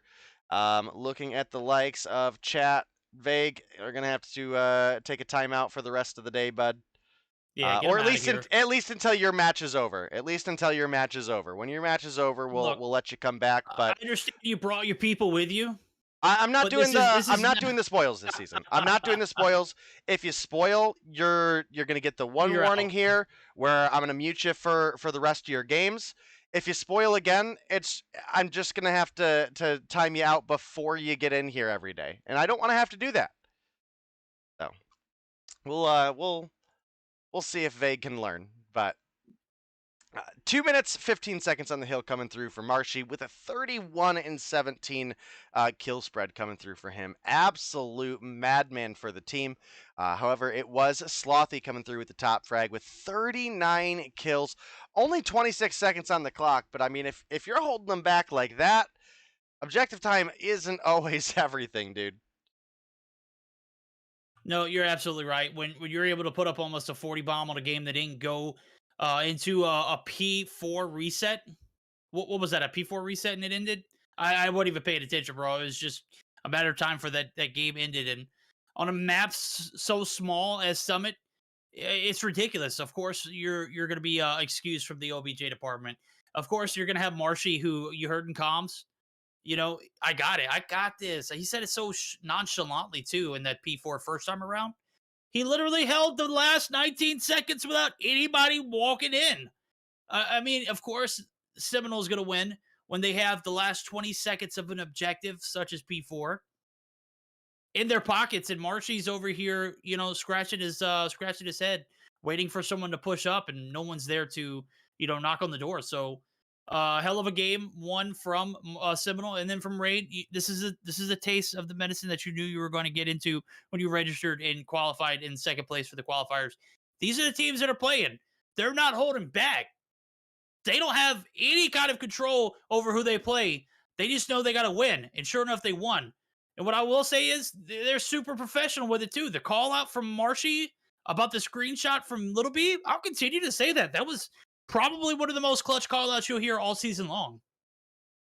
Yeah, I mean, definitely huge. And I mean, he was right on it too. Like the message popped up that Little B connected, and Marshy was like, "Boom, I'm ready. I'm not losing this game to Rain because of a technicality." And sure enough, he made that call out. Hopefully, Little B, took the advice and took the screenshot. But I guess that is for the admins to figure out as we are getting ready to get into our next game here. It is going to be the Search and Destroy on firing range. This is where I was saying earlier, maybe Rain have a hope and a prayer. It's a tall order, but we're getting into the action. And it is going to start with a Seminole offense here on firing range. Yep, and you guys coming in chat talking about why is Little B here? He's not Seminole. Guess what? He just put Losty in his place after Losty took one down with him. No, he took shots. He couldn't even get a kill. And bro, Little B is picking up the slack. He may not have top bragged in the hardpoint, but this is where he's going to thrive at. Search and Destroy. He finds a second. Just picking this roster apart. Oh boy, it looked like he might have disconnected there again, but doesn't get the disconnect notice there. I didn't get it at least. And we're also going to be left in a 1v4. Bolu on the push. Bolu going to get the kill, and that is going to be a smooth round one for the side of Seminole. Oh, that's a question. Day, did Marshy not have the... Correct. No Bobby skin, no so Bobby calling card. Dude, trust me, I'm disappointed too. You guys are killing me. Not even the emote, not even the painting falling emote. And I know he has it because he played with it earlier. Okay? I'm so upset. I mean, look, this is a game where this is a matchup where your skin isn't going to have any kind of implication on if you win or not. You saw game one, it was a blowout. Pull the Bobby skin out and stop holding back. 2v4 now. Mangos and Moralto going to be the last ones alive. Mangos finds one, but is quickly dropped. Oh, good night, Moralto. Bolu. Have y'all met yet? Well, Moralto has, and he picks up his first kill. Smooth little cheek shot there. Little kiss on the cheek, but Big coming through. He may not have a sniper in the hand, but he kissed you on your forehead. That is going to be 2 rounds in a row here for Seminole. Just absolutely violating right now. This is a Search and Destroy game where we thought a little bit of power could have swapped back over. Moralto finally starting to catch his groove. I'm starting to feel a little bit better about this game, but it's got to be a little quicker, Moralto. Yeah, we'll definitely have to see. Little B is going to get taken down, or takes down Losty. What is Little B using? Hold on. Oh, it's the new Locust skin. Okay, I was real confused. The weapon in the kill feed, bro, I thought he just killed him with an outlaw. I was about to lose it, dude. Yeah, we were about to call out the mad amount of disrespect, and now Moralto once again left alone in a 1 versus 5, gets taken down. Bolu was looking for the kill, but Vague gonna come through with the yoink. And the 3 rounds in a row going over to the side of Seminole. And, when we're putting up numbers like 1 for Yawn, 1 for Moralto, 1 for Mangos, and then a goose egg for Losty and Nerdy, man, that's hard to account for. No, it is. And I'm reading right now. Hey, guys, you talk about who's Bobby, Ferg skin's better than Bobby. Trust me, on Tuesday, keep that same energy when Bobby's back in here casting. We're going to see how much respect you guys got. Moralto taking some shots, gets the hit marker. This is a feel-bad moment because bro is literally trying to feed right here on this barrel site. It is going to be forced off. The push is going to come through. Bolo going to get the free plant, and now the reposition. Mango's right here in trailer. Could be a possible spoiler, but Moralto repositions right inside of to get this trailer wall bang. Is he going to be able to get the second one, though? Mangos does finally come through, but that is Slothy finding one on Moralto. As we've got a 2v3. Can the retake come through? It is in favor of the side, but Yawn shutting down Slothy. Marshy, last one alive. He picked up Little B's. He's trying to channel his Little B. He's going to find one, but it's going to drop. Yawn's going to get the kill. Nerdy's going to get the defuse. Finally, a round of inside of the guys and gals over at Team Rain. Yeah, a well-needed one at that. And how hard can you ride the momentum of a round win against Seminole? Like, that's a big one, right? But how far does momentum take you against a team like Seminole is that big question for me. And well, I mean, momentum can be a big thing, especially going up against an opponent like Seminole. Why? Because it can. We do actually pick up 2 first bloods there, but it's going to be quickly traded out. The 2 for 2, make it 3 for 2 in favor of Seminole as they push up aggressively. Bolu finding Losty as well. Looking at the mini-map for a second there as we were watching a dead body. Sorry, chat, but now Meralto once again left alone in a 1v3. He's going to find 1 on to Bolu. Got 3 on the board for himself. Taking a couple shots mid. Does have a silencer, so maybe still has a concealed position, but I don't know. Taking a couple shots there against players of this caliber, you know they're going to be on. Oh my goodness, Meralto. That was a absolute cracked shot. Now Little B pushing up. Couldn't quite get the sight line on Meralto there. Meralto not really sure where Little B's at, and that's driving him away from the bomb. He's got 10 seconds, and he's just running out of time. that was a great run from Little B. This is the difference. Yeah. That's tough, dude. You know, Meralto was on a tear. Couldn't find What's funny the last player. is I wouldn't even say Little B played time because Little B was looking for Meralto, right? He wasn't over aggressive with it. But the COD timing is they both were just like at the corner that the other one was at and just couldn't quite find it. But this time Meralto, he's going to pick that one up, finding Little B, and it's a good way to open the round for Rain. A great way to open the round for Rain. They just need a little bit more momentum rolling into this side flip.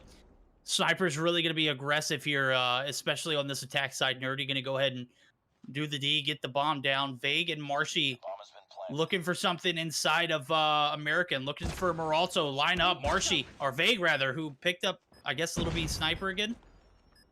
Looking for the shots, actually spots Nerdy's toe shots, a little toe tag, a little bit of a double check there, gets the headshot to go around with it, and now Vague, who has picked up 1 this round, is the only one alive in a 1v4, so he's gonna have to pull the ace. It's gonna have to come quick because there's only about 20 seconds left, not even that, 17. Jan shuts him down in trailer, and we've got a second round in favor of Rain. Definitely a exciting one, and Rain, they found 2 so far, so definitely looking like they could make some magic happen, especially if Meralto's able to keep picking up first bloods. We watched it from Little B's perspective last time. I have to see if Meralto comes through with another one. Nope, it's gonna be Little B. Hits the jump. I'm gonna find first blood. That's definitely big for the side of Seminole, especially as a round win here would put them at match point. And they do have that advantage. Well, you know, we saw how well the attack can come through from Rain on the first of the side flip now. You know, the second one not so successful off the rip. They're going to be stuck in the spawn, and right now they're getting picked apart. Little B finds his second right there. Nerdy drops Vague, going to find Jan. And man, we are looking at a potential match point here. As we see it, Marshy finds Mangoes. That's going to be Losty, who is literally creeping back and forth on the sandbags of the backside. Little B pushes up, aggressive. Gets taken down, but oh man, 3 players converge all on him. And now it is a 2-5 match point in favor of Seminole. This is it, Rain. If you've got anything left in the tank, you got to pull it out here because you can't see a game 3 without this search winning right now. Your opponents are at match point. You got to be a little bit more aggressive here. And right now, Marshy's being aggressive, and Marshy picking up good night. 2 kills off the bat. Right outside of wood, not allowing these guys anything. Vague finds 1, and man, is this over? Is this game over? Did we just watch that? That's it? It's looking like it. Vague does pick up 1 with the prize fighters, and Jan rotates right over into Little B. 6th round comes through. A convincing win for the side of Seminole, and I'd say there was some trolling going on there. There was some trolling going on in that game. Definitely a lot of Seminole not taking that one serious, but I clearly took it serious enough to come through with the win. I think we'll give it about... We'll wait till we come back from the break. Or I will wait till we go to the break. When we go to the break, we'll unmute Vic. But definitely a big win for Seminole as they come through with a 2-0 victory. And again, I do think this is kind of expected. And unfortunately, we did have someone dip early from the side of Rain. Skipping out on that kill cam. I didn't actually leave the game early, but yeah, Nerdy skipping that kill cam. And that's definitely unfortunate. Phoenix in chat says, bet they're like, at least we don't get 6-0'd. Yeah, that's probably about the feeling going on. And that's okay. That's okay. The Seminole is a stacked lineup. Rain is a mostly recently formed team. I mean, I have high hopes for Rain. I have high hopes for Meralto specifically. And I guess we'll see when we get there. But I don't think you can really talk too much about what we just witnessed. Vague came through with 11 on the board. Marshy with 8. Little B with 9. Bolu with 5. Slothy only came through with 2. But again, I feel like they were mostly just playing with their food and still coming through with the victory. Look over at the opposition. And we actually had a couple players put up some pretty decent kills. Jan came through with 7. Meralto with 6. Losty with 5. Mango's with 3, and I'm going to be honest, I don't remember what Nerdy had, but I don't feel like I talked very much about Nerdy being in the kill feed, unless if it was on the receiving end. So, probably not super... Yo, Tech just sold you so hard, bro. Vague's unmuted. Okay, listen, that's fine. Look, Tech waited for stream to have the game end, so we'll call that fine. Disappear 31. Feel free to disappear forever, actually. Yeah. Anyway, really solid win for Seminole. Again, I don't think anybody really saw Rain making a game 3. They had some rounds that they won and some close ones that they didn't in that search, but again, it was all Seminole in control the whole time. And it didn't even feel like they were taking it serious half the game, so not a whole lot to go about that one. Nope. Now it's gonna bring us to our last and final matchup of the night. That is going to be Explicit and Eleventy. No, you were mentioning that break that's right around the corner, but definitely should end the night on a little bit of a closer matchup. And we've seen, 2-0s across the board so far. We almost went to that game 3. From the second matchup, the Goofy Goobers and Yo Mama, but Yo Mama not showing up in full effect for that search matchup. So definitely looking forward to this next one, Dave. Yeah, I think after the Yo Mama Goofy Goobers matchup, this would have been my next ideal match to watch, both on just the talent that each of these teams bring to the table and how close I think that talent is. So I'm pretty excited about it. As you know, me and Verdict have mentioned, we are going to take a short break here in just a moment. But yeah, make sure you stick around for that Explicit versus Eleventy matchup. I'll go ahead and run through the rosters real quick just so that people have kind of some names to think about as we get ready to get into this matchup. For Team Eleventy, it's going to be largely similar to last season with a couple changes. It's going to be Yuhi, Weru, Teamo Pau, who I'm unsure who that is off the top of my head, but we've also got Pepe, Raven, Legacy, and Dietrich. If I had to guess, based on not seeing the name in here, maybe that's Palone. Hopefully the admins will let us know on that. But for the side of Explicit, we've got Solo, Veteran, Snipes, Ingenic, Nero, Lucifer, and Mercia. And I definitely think that one has some potential to go either way. Does look like Hello has confirmed that is Palone. So we're going to take our short break, and we will be right back. You guys now at least have a little something to think about for that Explicit versus Eleventy matchup and start making your predictions.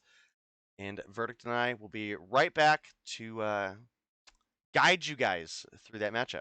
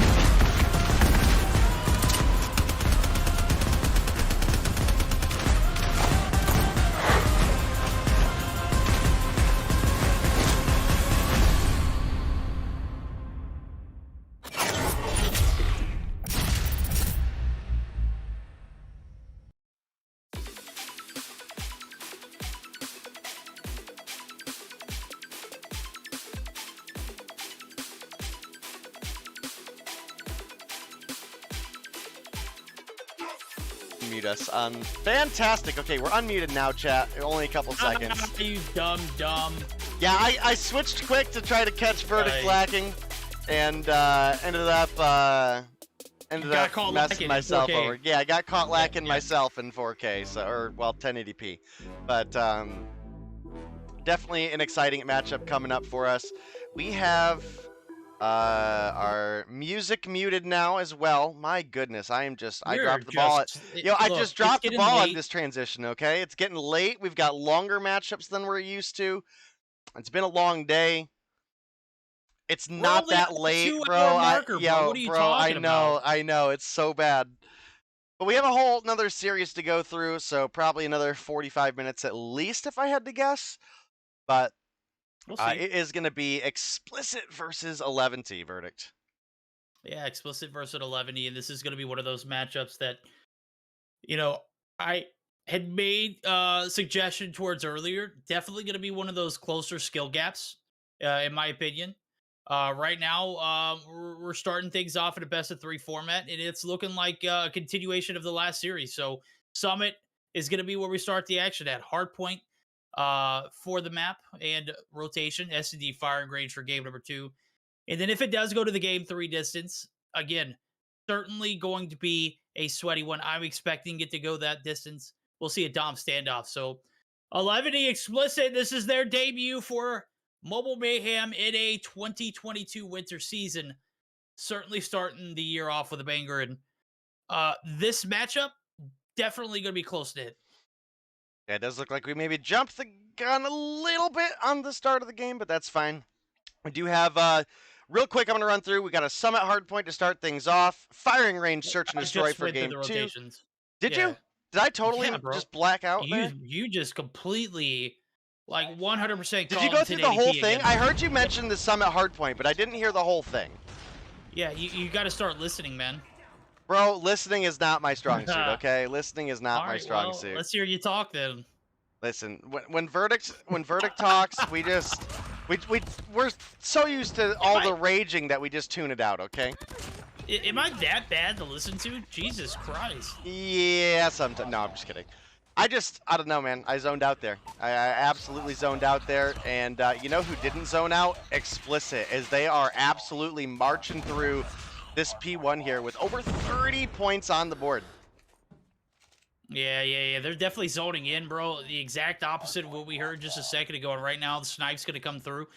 Highly questionable name. I don't know if, the 2 letters could be 100%, taken and broken down and, could really be exploited. But, it is what it is. Snipes with 2 kills on board. 35 points in favor of Explicit. And, P2 starting off, and it does look like Catwalk is going to be held down by Eleventy, who are, again, on the back burners of about a 15-point deficit.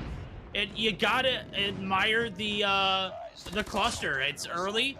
Not going to get a lot of value. Yeah, he is, actually. And Jetic's going to come through. He's going to take him down. But, again, who used the cluster? Was that Solo? No, Solo doesn't even have a cluster. Maybe it was Jetic, who's got 9 on board already. Good night. Yeah, I would say if it was anybody, it was probably Jetic. It's got a lightning strike available for himself as well. And he's the one for the team rocking that gravity vortex. You know what? We looked earlier at a couple players with their loadouts. Let's see if any. So Snipes also not rocking quick fix. I know we just missed a kill there. And Raven not rocking quick fix. Look at those respectful comp players. Yeah, man. If you're going to be 100% devoted to the seed and the cause, do away with quick fix, right? Dude, I agree with you. Or use the meta and abuse it. And that's exactly what 80% of the lobby's doing. 90% even. 10 players that, no, that would be 80% if 2 people aren't using it. Raven isn't using it. Who else did you say? I'm pulling a day right now. Raven and Snipes. Okay, so 80% of the lobby is using it. I mean, is 20% wrong or is 80% right? 20%'s right. I tried to catch you there on that end. I was hoping that maybe it was too late for you to go. At any rate, we're getting 40 seconds in, and right now, Eleventy have not looked back. 87 points and counting now as they have settled down here in this P3 site, and you can already see it. Explicit are heading for the hills. They're looking for that setup on P4. They've got the early advantage, but how early is too early? I'm thinking that 20 seconds left might have been too early. You get one drop, which is actually going to be... Oh, dude, Snipes got blessed right there. He got taken out mid and spawned right on the backside of Plow. So maybe too early isn't too early. Yeah, but Wero comes through with a really big slide. Does pull out the Annihilator. Finds 2 in the feed. Might be looking for more. Gonna take down Lucifer out of the back. I do believe Lucifer is playing in LATAM for Lethal War. So Lucifer, another one of those cross-regional players. And look, nothing against Lethal War, but Explicit definitely looking like a stronger team this season. Even though they're struggling against Eleventy right now, there's plenty of opportunity. They had a great P1 open, so Eleventy have had solid, specifically P3 and P4 rotation. But, you know, as we were mentioning all last year, basically, Verdict, and, you know, have mentioned that change pretty big, is that we're not playing 150 Hardpoint anymore. So this game has plenty of time yet to develop. While Eleventy had a great P3 and P4 on the first rotation, we could absolutely get into a reset and have a good P3 and P4 for the side of Explicit. And it's only a matter of time. We'll have to see. Right now, P1 start, P1 refresh, I mean, is coming through for Eleventy. Legacy gonna find one there. Quick fix coming through solid. Weru finds 3 in the feed for himself. Legacy turns on Snipes. Yeah, you know what? I know we're talking about getting into a few things right now. What about getting into maybe a quick listen in with Eleventy, as they are kind of rolling with the good times. They've mastered themselves up a 100-point advantage, and it's only getting worse. So, quick listen in with Eleventy. What do you think? Let's do it. No. Uno oscuro. No topo una bala. Pushando verde, pushando verde, pushando verde. Estoy en verde. Ah, sí, puto. No, verde, lo tienes. Vamos bien, güey, no hay pedo. Buenísima. Ese pendejo no le entran balas, güey. Puente. Buena, papi, buena, go. Al punto. Uno con. Corto, dos. Ahí por el Oscuro. Güey, oscuro. Tengo pre. Camino. Uno oscuro, uno top y otro está en medio contenedor. No mames. Top. Sí, top sigue. No lo veo. Ah, top, güey. Topo tiro, saca a ti, pelón. Uno oscuro, va a ser uno oscuro. Top 2. Bueno. En el punto, pa. Vengan rotando. Sí, rote, pero Estoy flashado. Sí, roten, papi, roten, go. Ahí está, me españé hasta lejos, güey. Tengo uno verde. Me españé bien lejos. Quédate en el Heglish. Güey, el de Con, ¿qué pedo? Nada más hay que montar spawn. Puta mierda. No, güey. Uno más verde, tocadísimo. No mames, güey. Venga, uno más puto. El Ani. No pushen El Ani solo, del no puto, pushen güey. solo. Y no Ajá. fiden ese pendejo. Tranquilo. Cuidado con medio pasillo también, papis. Nieve tocado a la izquierda. No sé. Sí, a la izquierda. Pues dime teleférico, güey. Es que no tienen la izquierda. No viendo ¿Dónde está? Sí, ¿Dónde dos, uno en la esquina. Dos ¿Qué en lado? ambas esquinas, güey. Muerto larga. En ambas esquinas, güey, de lejos. Muerto larga. Ha tirado a la derecha. Viendo spawn, güey. Hijo de su perra. Muerto puto. Ah, medio pasillo. Va Muerto por verde arco. ahorita el güey. Va a entrar uno por... Si morimos aquí, vamos a rotar, güey. Buena, güey. Muerto Atacar los en punto, puntos. güey. Next. Bueno, verga. All right, definitely a little bit of frustration on this P3. You could hear it in the tone of voice, where I don't necessarily want to say they were getting demoralized, but you could definitely hear when the breaks didn't make. Yeah. I mean, it's still very winnable for either of these two teams, and you know this is why I was mentioning specifically. You know, just because we're at that 150 mark for the side of Eleventy, back a couple hills ago, didn't mean that Explicit didn't have an opportunity on a P3 and a P4 to maybe come through with a little bit extra, and sure enough, they're making it happen here. I gotta say, Ingenic was off to a hot start with 10 kills on, what was that, P2 you were mentioning? Yep. Hasn't come that far since. We're sitting at 21. He's not bottom fragging or anything, but we've definitely had plenty of players in the lobby who were not even close at that point, have surpassed him. One of them being Legacy coming through with 31 on the board, and Yuhi with 27 of his own. Oh boy. Yeah. Yo, Legacy, my guy is frying. Legacy, proven to be a true legend right here. 33 on boards, got streaks for days. Predator missile, the lightning strike, and you know, a lot of stability here in this Eleventy roster. As a matter of fact, I think they had a hot start last season. This might be a hot start yet again now, as we're seeing a P1 reset third time around. We saw a little bit of a flip of the script in that P3 transition. Last time around, Eleventy got the better of it. You know, on the reset, Explicit were able to get the better of the end. And now we're looking at a P4 where Eleventy just literally shut down every kind of push. Lucifer trying to get the break in is going to go ahead and drop down, but Wado there to get the refrag. Back and forth affair, but only 21 seconds are needed, and Eleventy are looking pretty fire right now. Does look like we might get a bit of a break for the side of Explicit here. Solo was able to pick up one with the Annihilator, but honestly hasn't seen anybody else, and gets into that challenge. And dude, you got to play back on the corners when you know your Annihilator is about to tick out. He went to make that challenge, and sure enough, character starts putting away that Annihilator and gets bodied by Legacy there, who's still leading the lobby. 37 kills on the board. I think 48 was the record for today that we saw earlier, and it's looking like we're going to go through the whole EU scene, or the whole NA scene, without seeing anybody really come through to contest that number. I mean, it's solely on the fact of Explicit. Are they able to extend this game to a P3 reset, maybe a P4 if they hold down the entirety of a P3? That's a large ask, especially considering how well Eleventy's been playing right now. And they only need 6 points. This is a difficult one. You spread yourself too thin here on Catwalk, and you set yourself up for failure on the P3 reset. Oh, Solo's in a great spot there, though. Finds 2, does get taken down. I think it was a Hunter Killer. Yeah, as I switch, it comes through as the Hunter Killer was the kill.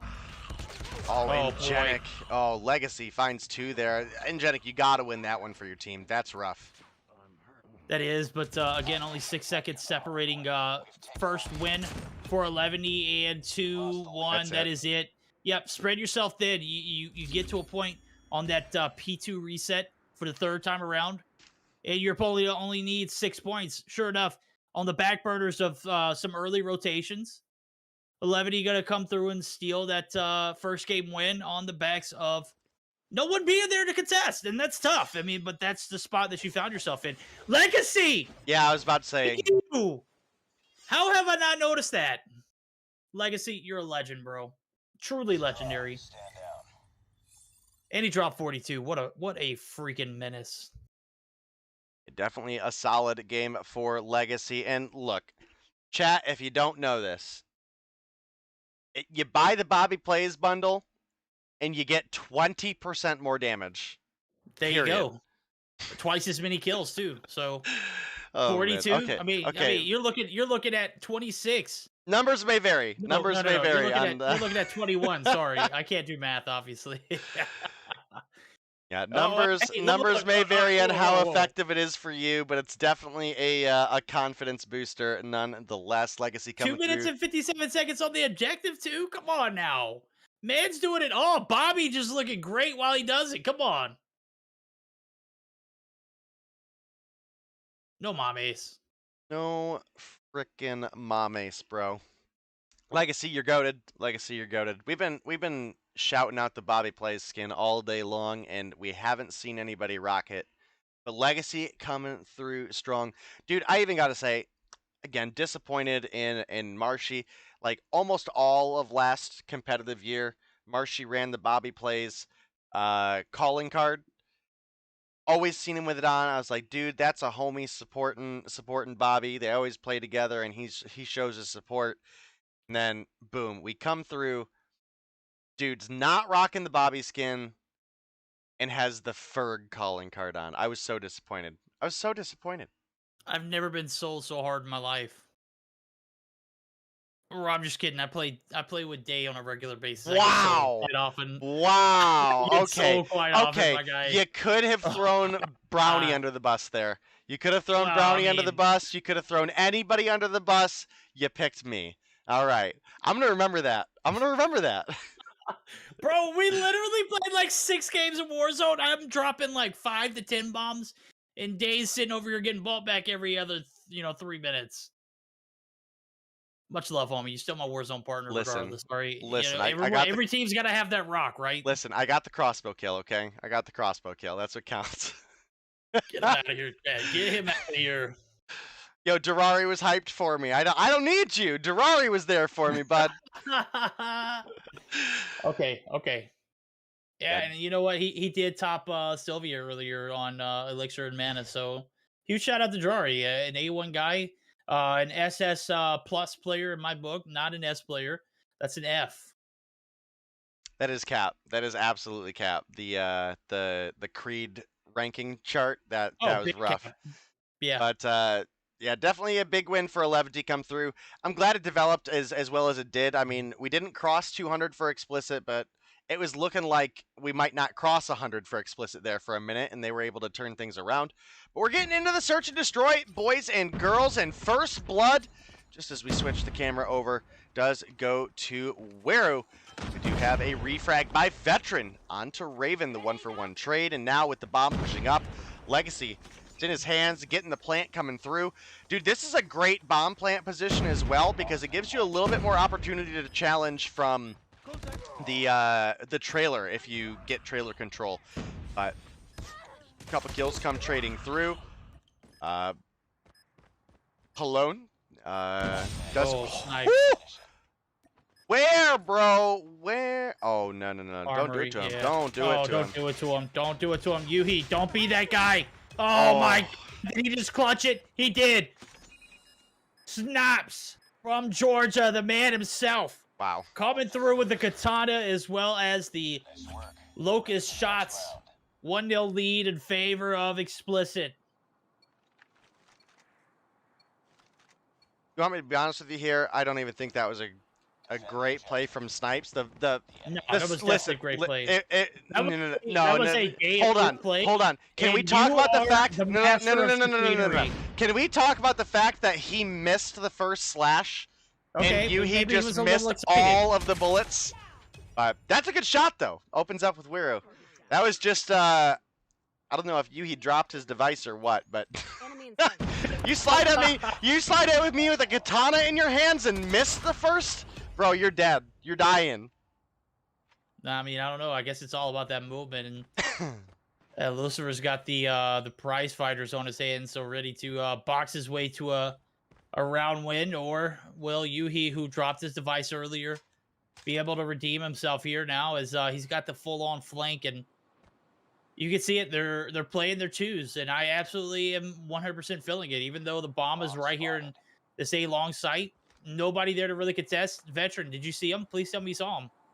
No, he didn't. He's Doesn't just look like backside. Yeah. They don't know the bomb's down. No way they know. Yuhi gonna go ahead and scan the area for suspects. Lucifer spots him right here. Kind of a little shocked he didn't just pick up the bomb to have it at that point. No. He's got to play. He's got to play for that one first. Oh, there comes Veteran on the flank. That is it. Yuhi, good night. Oh, the 1v1 not gonna favor Yuhi this time. Again, Lucifer gonna win that one. And here we are, 2-0 in favor of the side of Explicit. I said this was gonna be a close matchup. Right now, it's starting off to be a great search and destroy. We saw a pretty big lead get dropped towards the end of that matchup, but Eleventy held the power the entire time, so I can't say it was a comeback because they didn't reach that 200-point marker. But now it's a little bit of certainty here for Explicit. That certainty is taking 2 rounds in a row, looking for a third as Veteran gets the first frag. What a little frag. What a literal frag. I gotta say, I'm a little shocked that Solo is rocking the M13, and he did in the Hardpoint as well. But that is just not. I mean, it's a good gun. Don't get me wrong. It is still good in the meta. I would say it's easily top 2 as far as ARs go. But it's just a little 35 plus in the Hardpoint. Oh yeah, dude, I ain't complaining. I ain't saying he's doing bad. I'm saying I'm a little shocked he's rocking the M13. When the Type 25 tends to be a little bit stronger in the meta. Snipes, that's a good jump onto Legacy there, but he's able to get a refrag, taking down Lucifer. It's a 2-for-1 trade in favor of Explicit. And listen, I ain't gonna hide it. I'm cheering Explicit along here in this Search and Destroy, not in the series.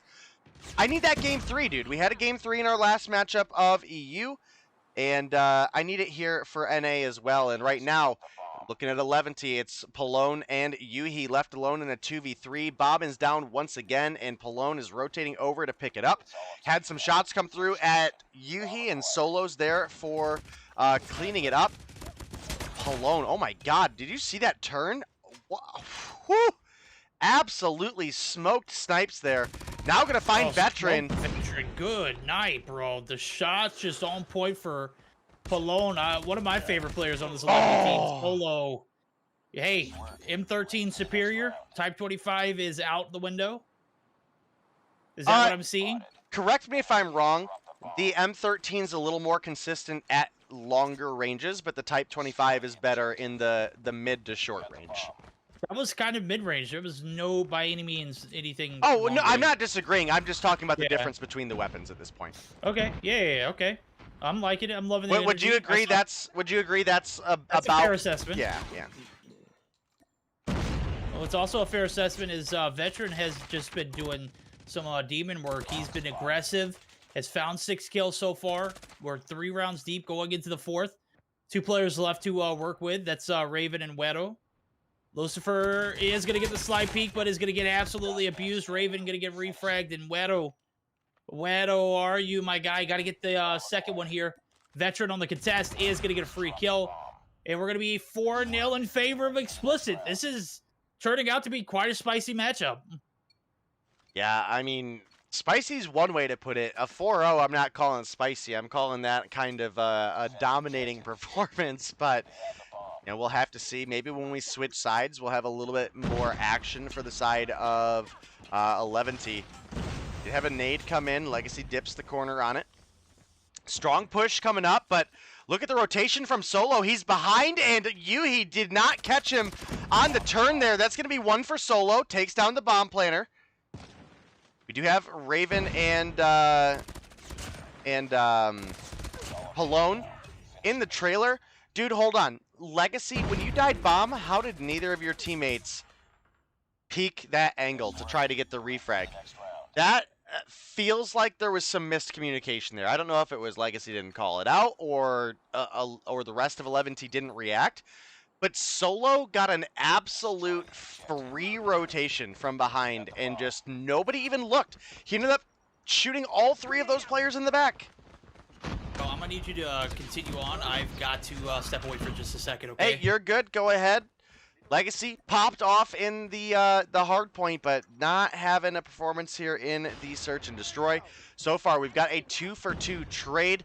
Making a 3-for-2 is Weru, who we don't normally see snipe, which is interesting to me. Rocking the Arctic 50, 4 kills on the board for him.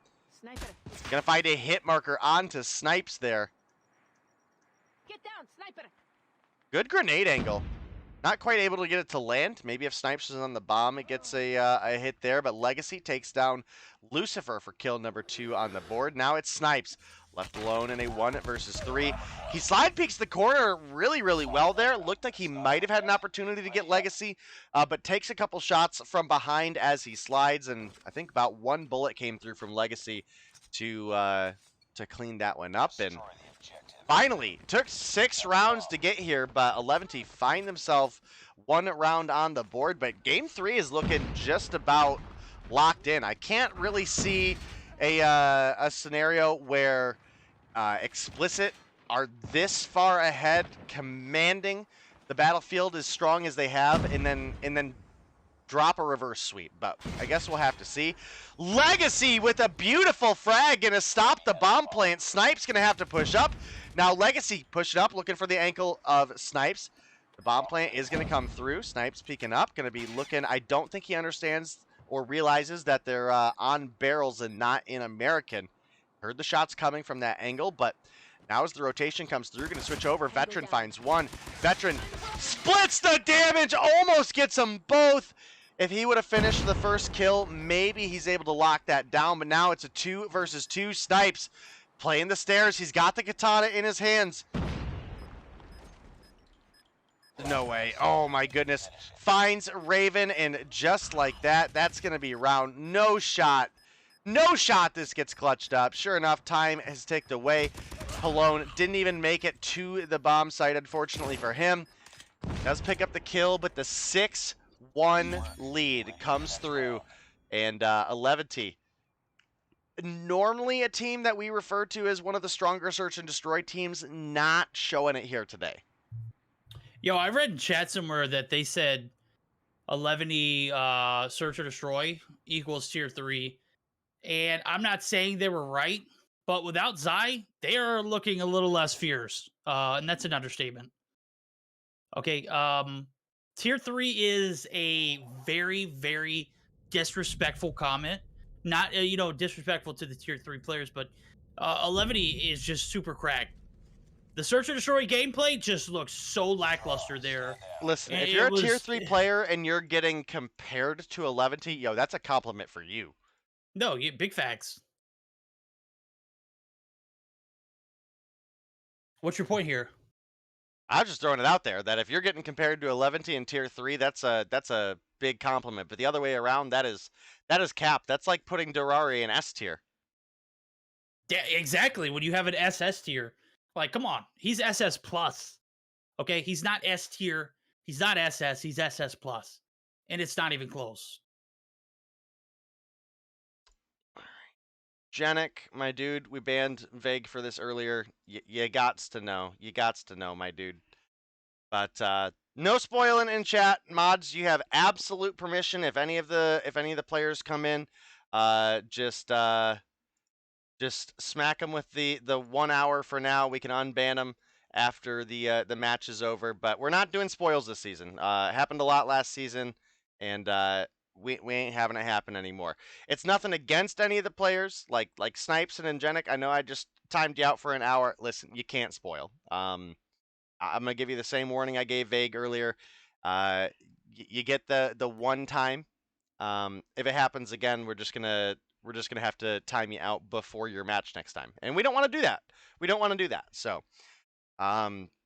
Explicit come through with a strong win here. 6-1 convincing fashion over Eleventy in the search and destroy. I definitely still think Eleventy has a lot of potential as a team, even though they've had some roster changes. I think one of the biggest things they're going to have to overcome, which is partially what we saw here today, is the loss of Zy is a really big sniper talent to lose.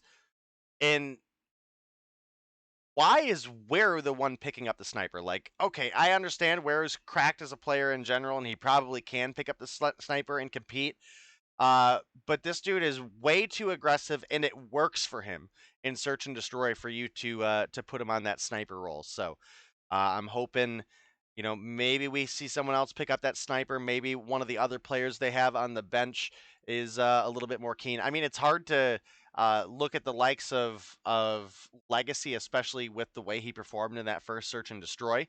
But we also have Pepe on this lineup. We have Detri on this lineup, and I don't think would have been a good sniper talent too. That's what I'm saying, dude. That's what I'm saying. I got a fix for Eleventy, and this is a proposal that you got to hear me out on. I'm here for it. Let's listen. Pick up Cheto.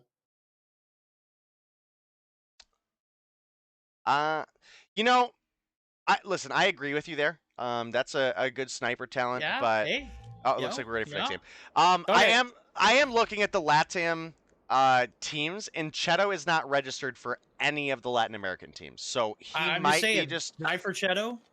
Look, I don't disagree, but he might be taking a step back and dealing with some real life stuff or something. Okay, because fair enough. Again, I don't see him on any roster. And you know that if he was available, any of these other teams would pick Cheto up because he's cracked. Yeah, there's definitely got to be a missing piece to the puzzle there. Maybe someone in chat knows. I'll tell you what, there's no missing piece about this domination game off the rip. Explicit going to get the early advantage. And it's partly due to some cracked gameplay from Lucifer. It came through, took down Legacy, found a way to take him out first, and picked up 3 to go along with it. They got the B cap, they got that mid lane control, and now they got an early advantage here in this domination. And based off what we saw in the earlier respawns, any way you could take down Legacy quickly is probably for the best, because bro dropped 40, I believe it was 42, if I'm not mistaken. And it's all because he had that cracked AF Bobby skin. And right now I'm looking at it, does he have it on right now? He does not. You know what? Simple fix. Put on the Bobby skin Legacy, and you'll reign superior. You know, extra 20% damage for the Bobby skin confirmed. Help you win more of those gunfights, chat. It does look like we are going to get the B flip does come through for the side of Eleventy. Lucifer maybe picks up the kill on Legacy there, but I mean, Legacy turned around just in time to chuck that Hunter Killer right down his throat. Predator missile coming through for Solo. Still rocking that M13. Again, I ain't knocking him for it. He makes it work, but again, for some of those close range matchups, the Type 25 does just seem a little bit superior. So I guess we'll see. Well, I mean, where he's at in relativity to where he, could be, the M13's making a lot of sense. He's literally holding that mid lane down. Top Blue is notorious for having a peak advantage up there on that B site, and he's picked up 10 kills on the board. Does that, translate to a lot of objective time or objective stopping? Well, B and C is in favor of the side of Eleventy, so one could say if he swapped to a Type 25, he'd probably be a little bit more aggressive and stop being so passive, but sometimes you just got to have a player there to control the mid-side lane. He is making that push up to mid now, as he has a little bit of control here on the bottom side of Granny's, but, Raven comes through, easy kill for him, and that could have been a big, moment where Type 25 could have came in handy if he's going to be that aggressive. Yeah, and that's kind of one of my things that I'm thinking about when it comes to Solo. Is I did an interview with him a couple seasons back, and he said his favorite gun in the game is the Fennec, and he said that when the Fennec was not meta. So you would think with that kind of logic, I pair that kind of play style with the Type 25 in this meta compared to the M13. Yeah. So, but you're also talking about a guy who did use the AMAX and did use the True. So, man's very versatile. He is no stranger to adapting to what he's used to. Right now, he's used to the M13. He doesn't want to use a Type 25. I can't be mad at that. Bro, the homie Legacy absolutely frying once again, leading the lobby. 16 kills on the board. And Snipes, man, gotta say, he has got to find some sort of momentum in this matchup. Does pick up 1 there, but that's kill number 4 for him. And if we want to see that progress come through, it looks like we are on C here, but don't quite get it locked down. And Genic also going to get taken down. And the double cap does remain in favor of Eleventy, and they're getting ready to hit 100 points on the mark. About a 30-point lead as we get ready to go into the second half. Yeah, this is this is not as bad as it could be. But again, we're talking about, game 1, they get out fragged, they get outplayed. It was really out of their hands early on. Right now, this is a perfect opportunity for them to strike first, and they got to be quick with that strike. They got to be quick, and they got to make it stick, because they got the B cap early on, but they did nothing with it. Right now, we're going to see a 3-player push up mid. It does look like one's going to be taken down. The B side's still not going to be in favor. Snipe's going to pick up his 7th now, starting to turn things on, and you can see it. A lot of pressure here on this B site. He is going to drop a homie, and is going to be pushing up with the equalizer, kind of holding that, that tractor side down, and picks up 2 to go along with it. That should be something towards that B site, but again, nothing to show for it. And Weir was able to find 2 with the Annihilator up top window, and that did, at least for a while, prevent the B cap, but finally, Explicit do come through with that progress and lock it down. You can see Snipes with the equalizers is pushing up. Gonna take down an extra one there. He's now on the A. Can't quite find it, but you know what he did find on his push?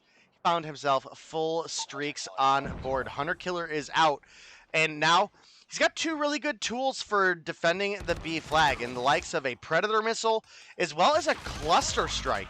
So they could maybe a quick listen in. We could jump in with Explicit when you get a chance to do it for game 1. So yeah, let's join in with Explicit for a quick listen in.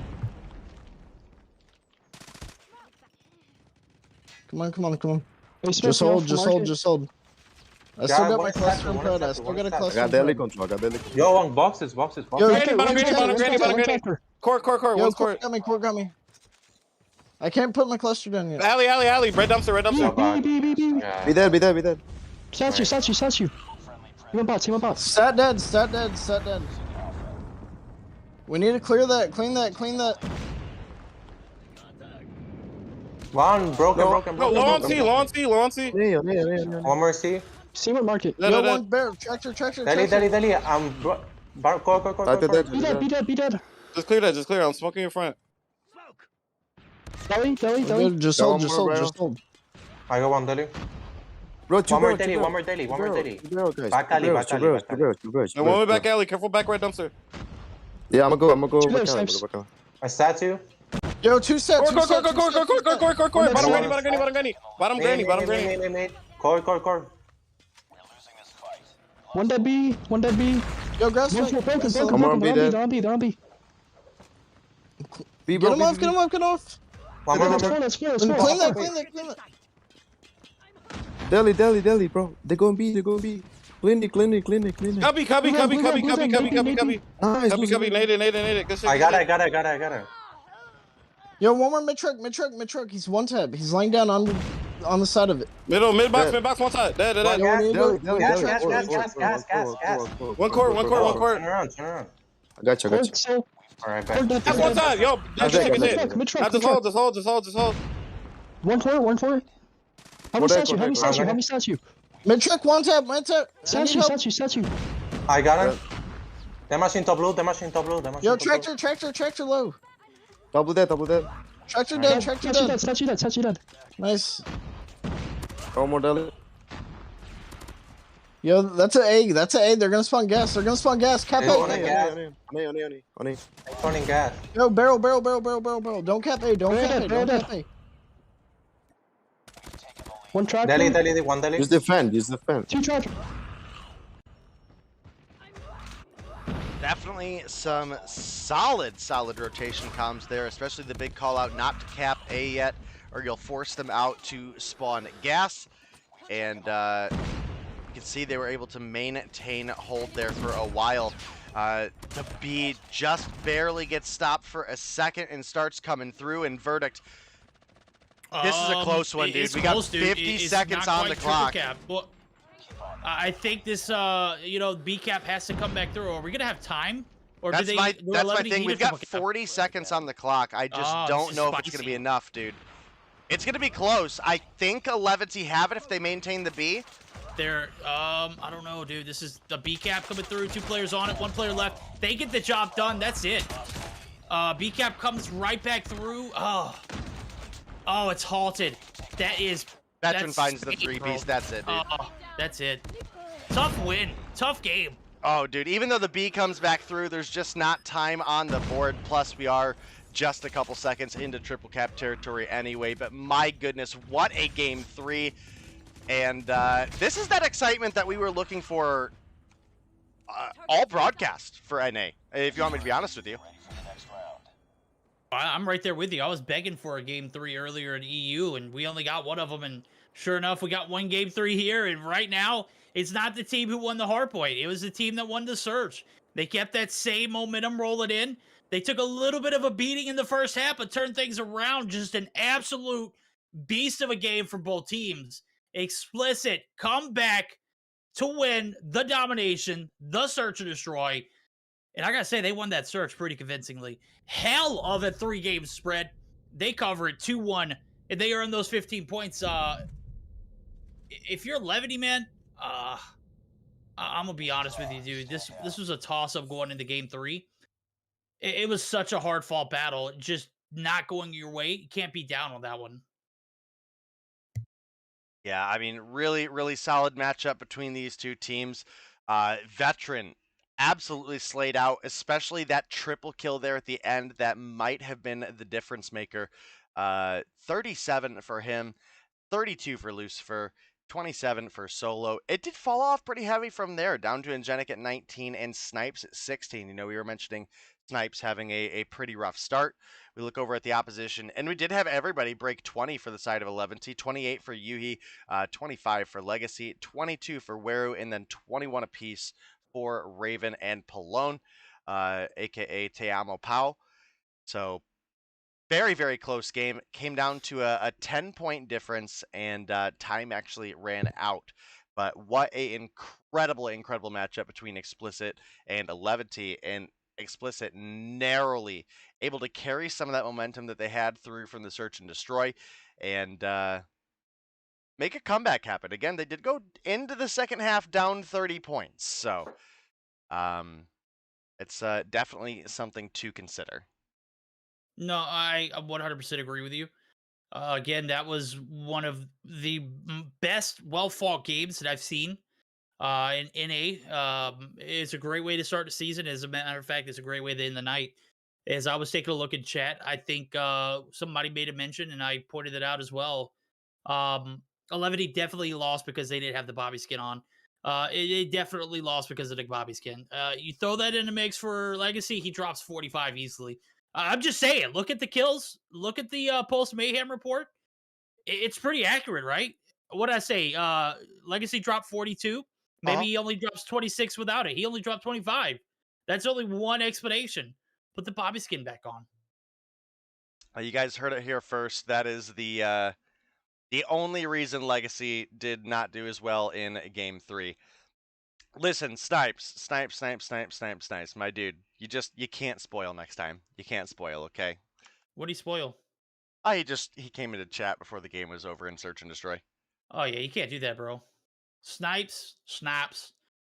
Like I said, guys, we gave out some warnings next time, or this time, but next time we're gonna be a little harder than warnings. So, don't want any spoiling this season. Just let chat enjoy the hype. If you come into chat and you're talking at the end of the game, but the stream delay hasn't caught up yet, everybody in chat knows that the game's over, and especially for Search and Destroy, that takes away some of the suspense. So that's why I get it. You guys are excited. You won. You came through, carried that energy for Game 3. Fantastic. Let's keep that up for next week. Just so everybody knows, the kind of schedule and rotation for Mobile Mayhem is going to be the same as last season. We're going to be on Bobby's channel on Tuesdays, and we're going to be here on my channel on Thursdays, as well as you guys can catch me and Verdict for, I think, pretty much the whole season. I think I'm doing EU, it sounded like. So we'll be over on Verdict's channel for that, for the EU action. And I got to say, EU is looking hella spicy this season. So going to be some good games there. Congratulations to all the teams that came through with the victory here today. And actually, I think now's a good time. We'll go ahead and we'll throw up the results page from today if you have availability to run through those, Verdict. Oh, yeah. Let me take a look again. We got a 2-0 in favor of Zygnus. No shy. That was expected. Devious comes through. They've got a lot of potential, just not enough to take out a returning champ in Zygnus, who just recently added one of the better players who was, formerly a part of this Eleventy squad that we just got them casting. Goofy Goobers, a close 2-0 over Yo Mama. Certainly got spicy in that Search or Destroy, as I'm taking a look at it now. Seminole, again, a smooth 2-0 over Rain. And then the Explicit and Eleventy showdown, which was a blast to cast. Hell of an event, hell of a series. Real quick, there is a graphic error on the screen right now, guys. Zygnus played Devious in the first matchup, not Eleventy. We'll get that fixed for you guys as soon as we can. Nope, changed to the wrong side. Hello. All right, we'll get that fixed here in a second.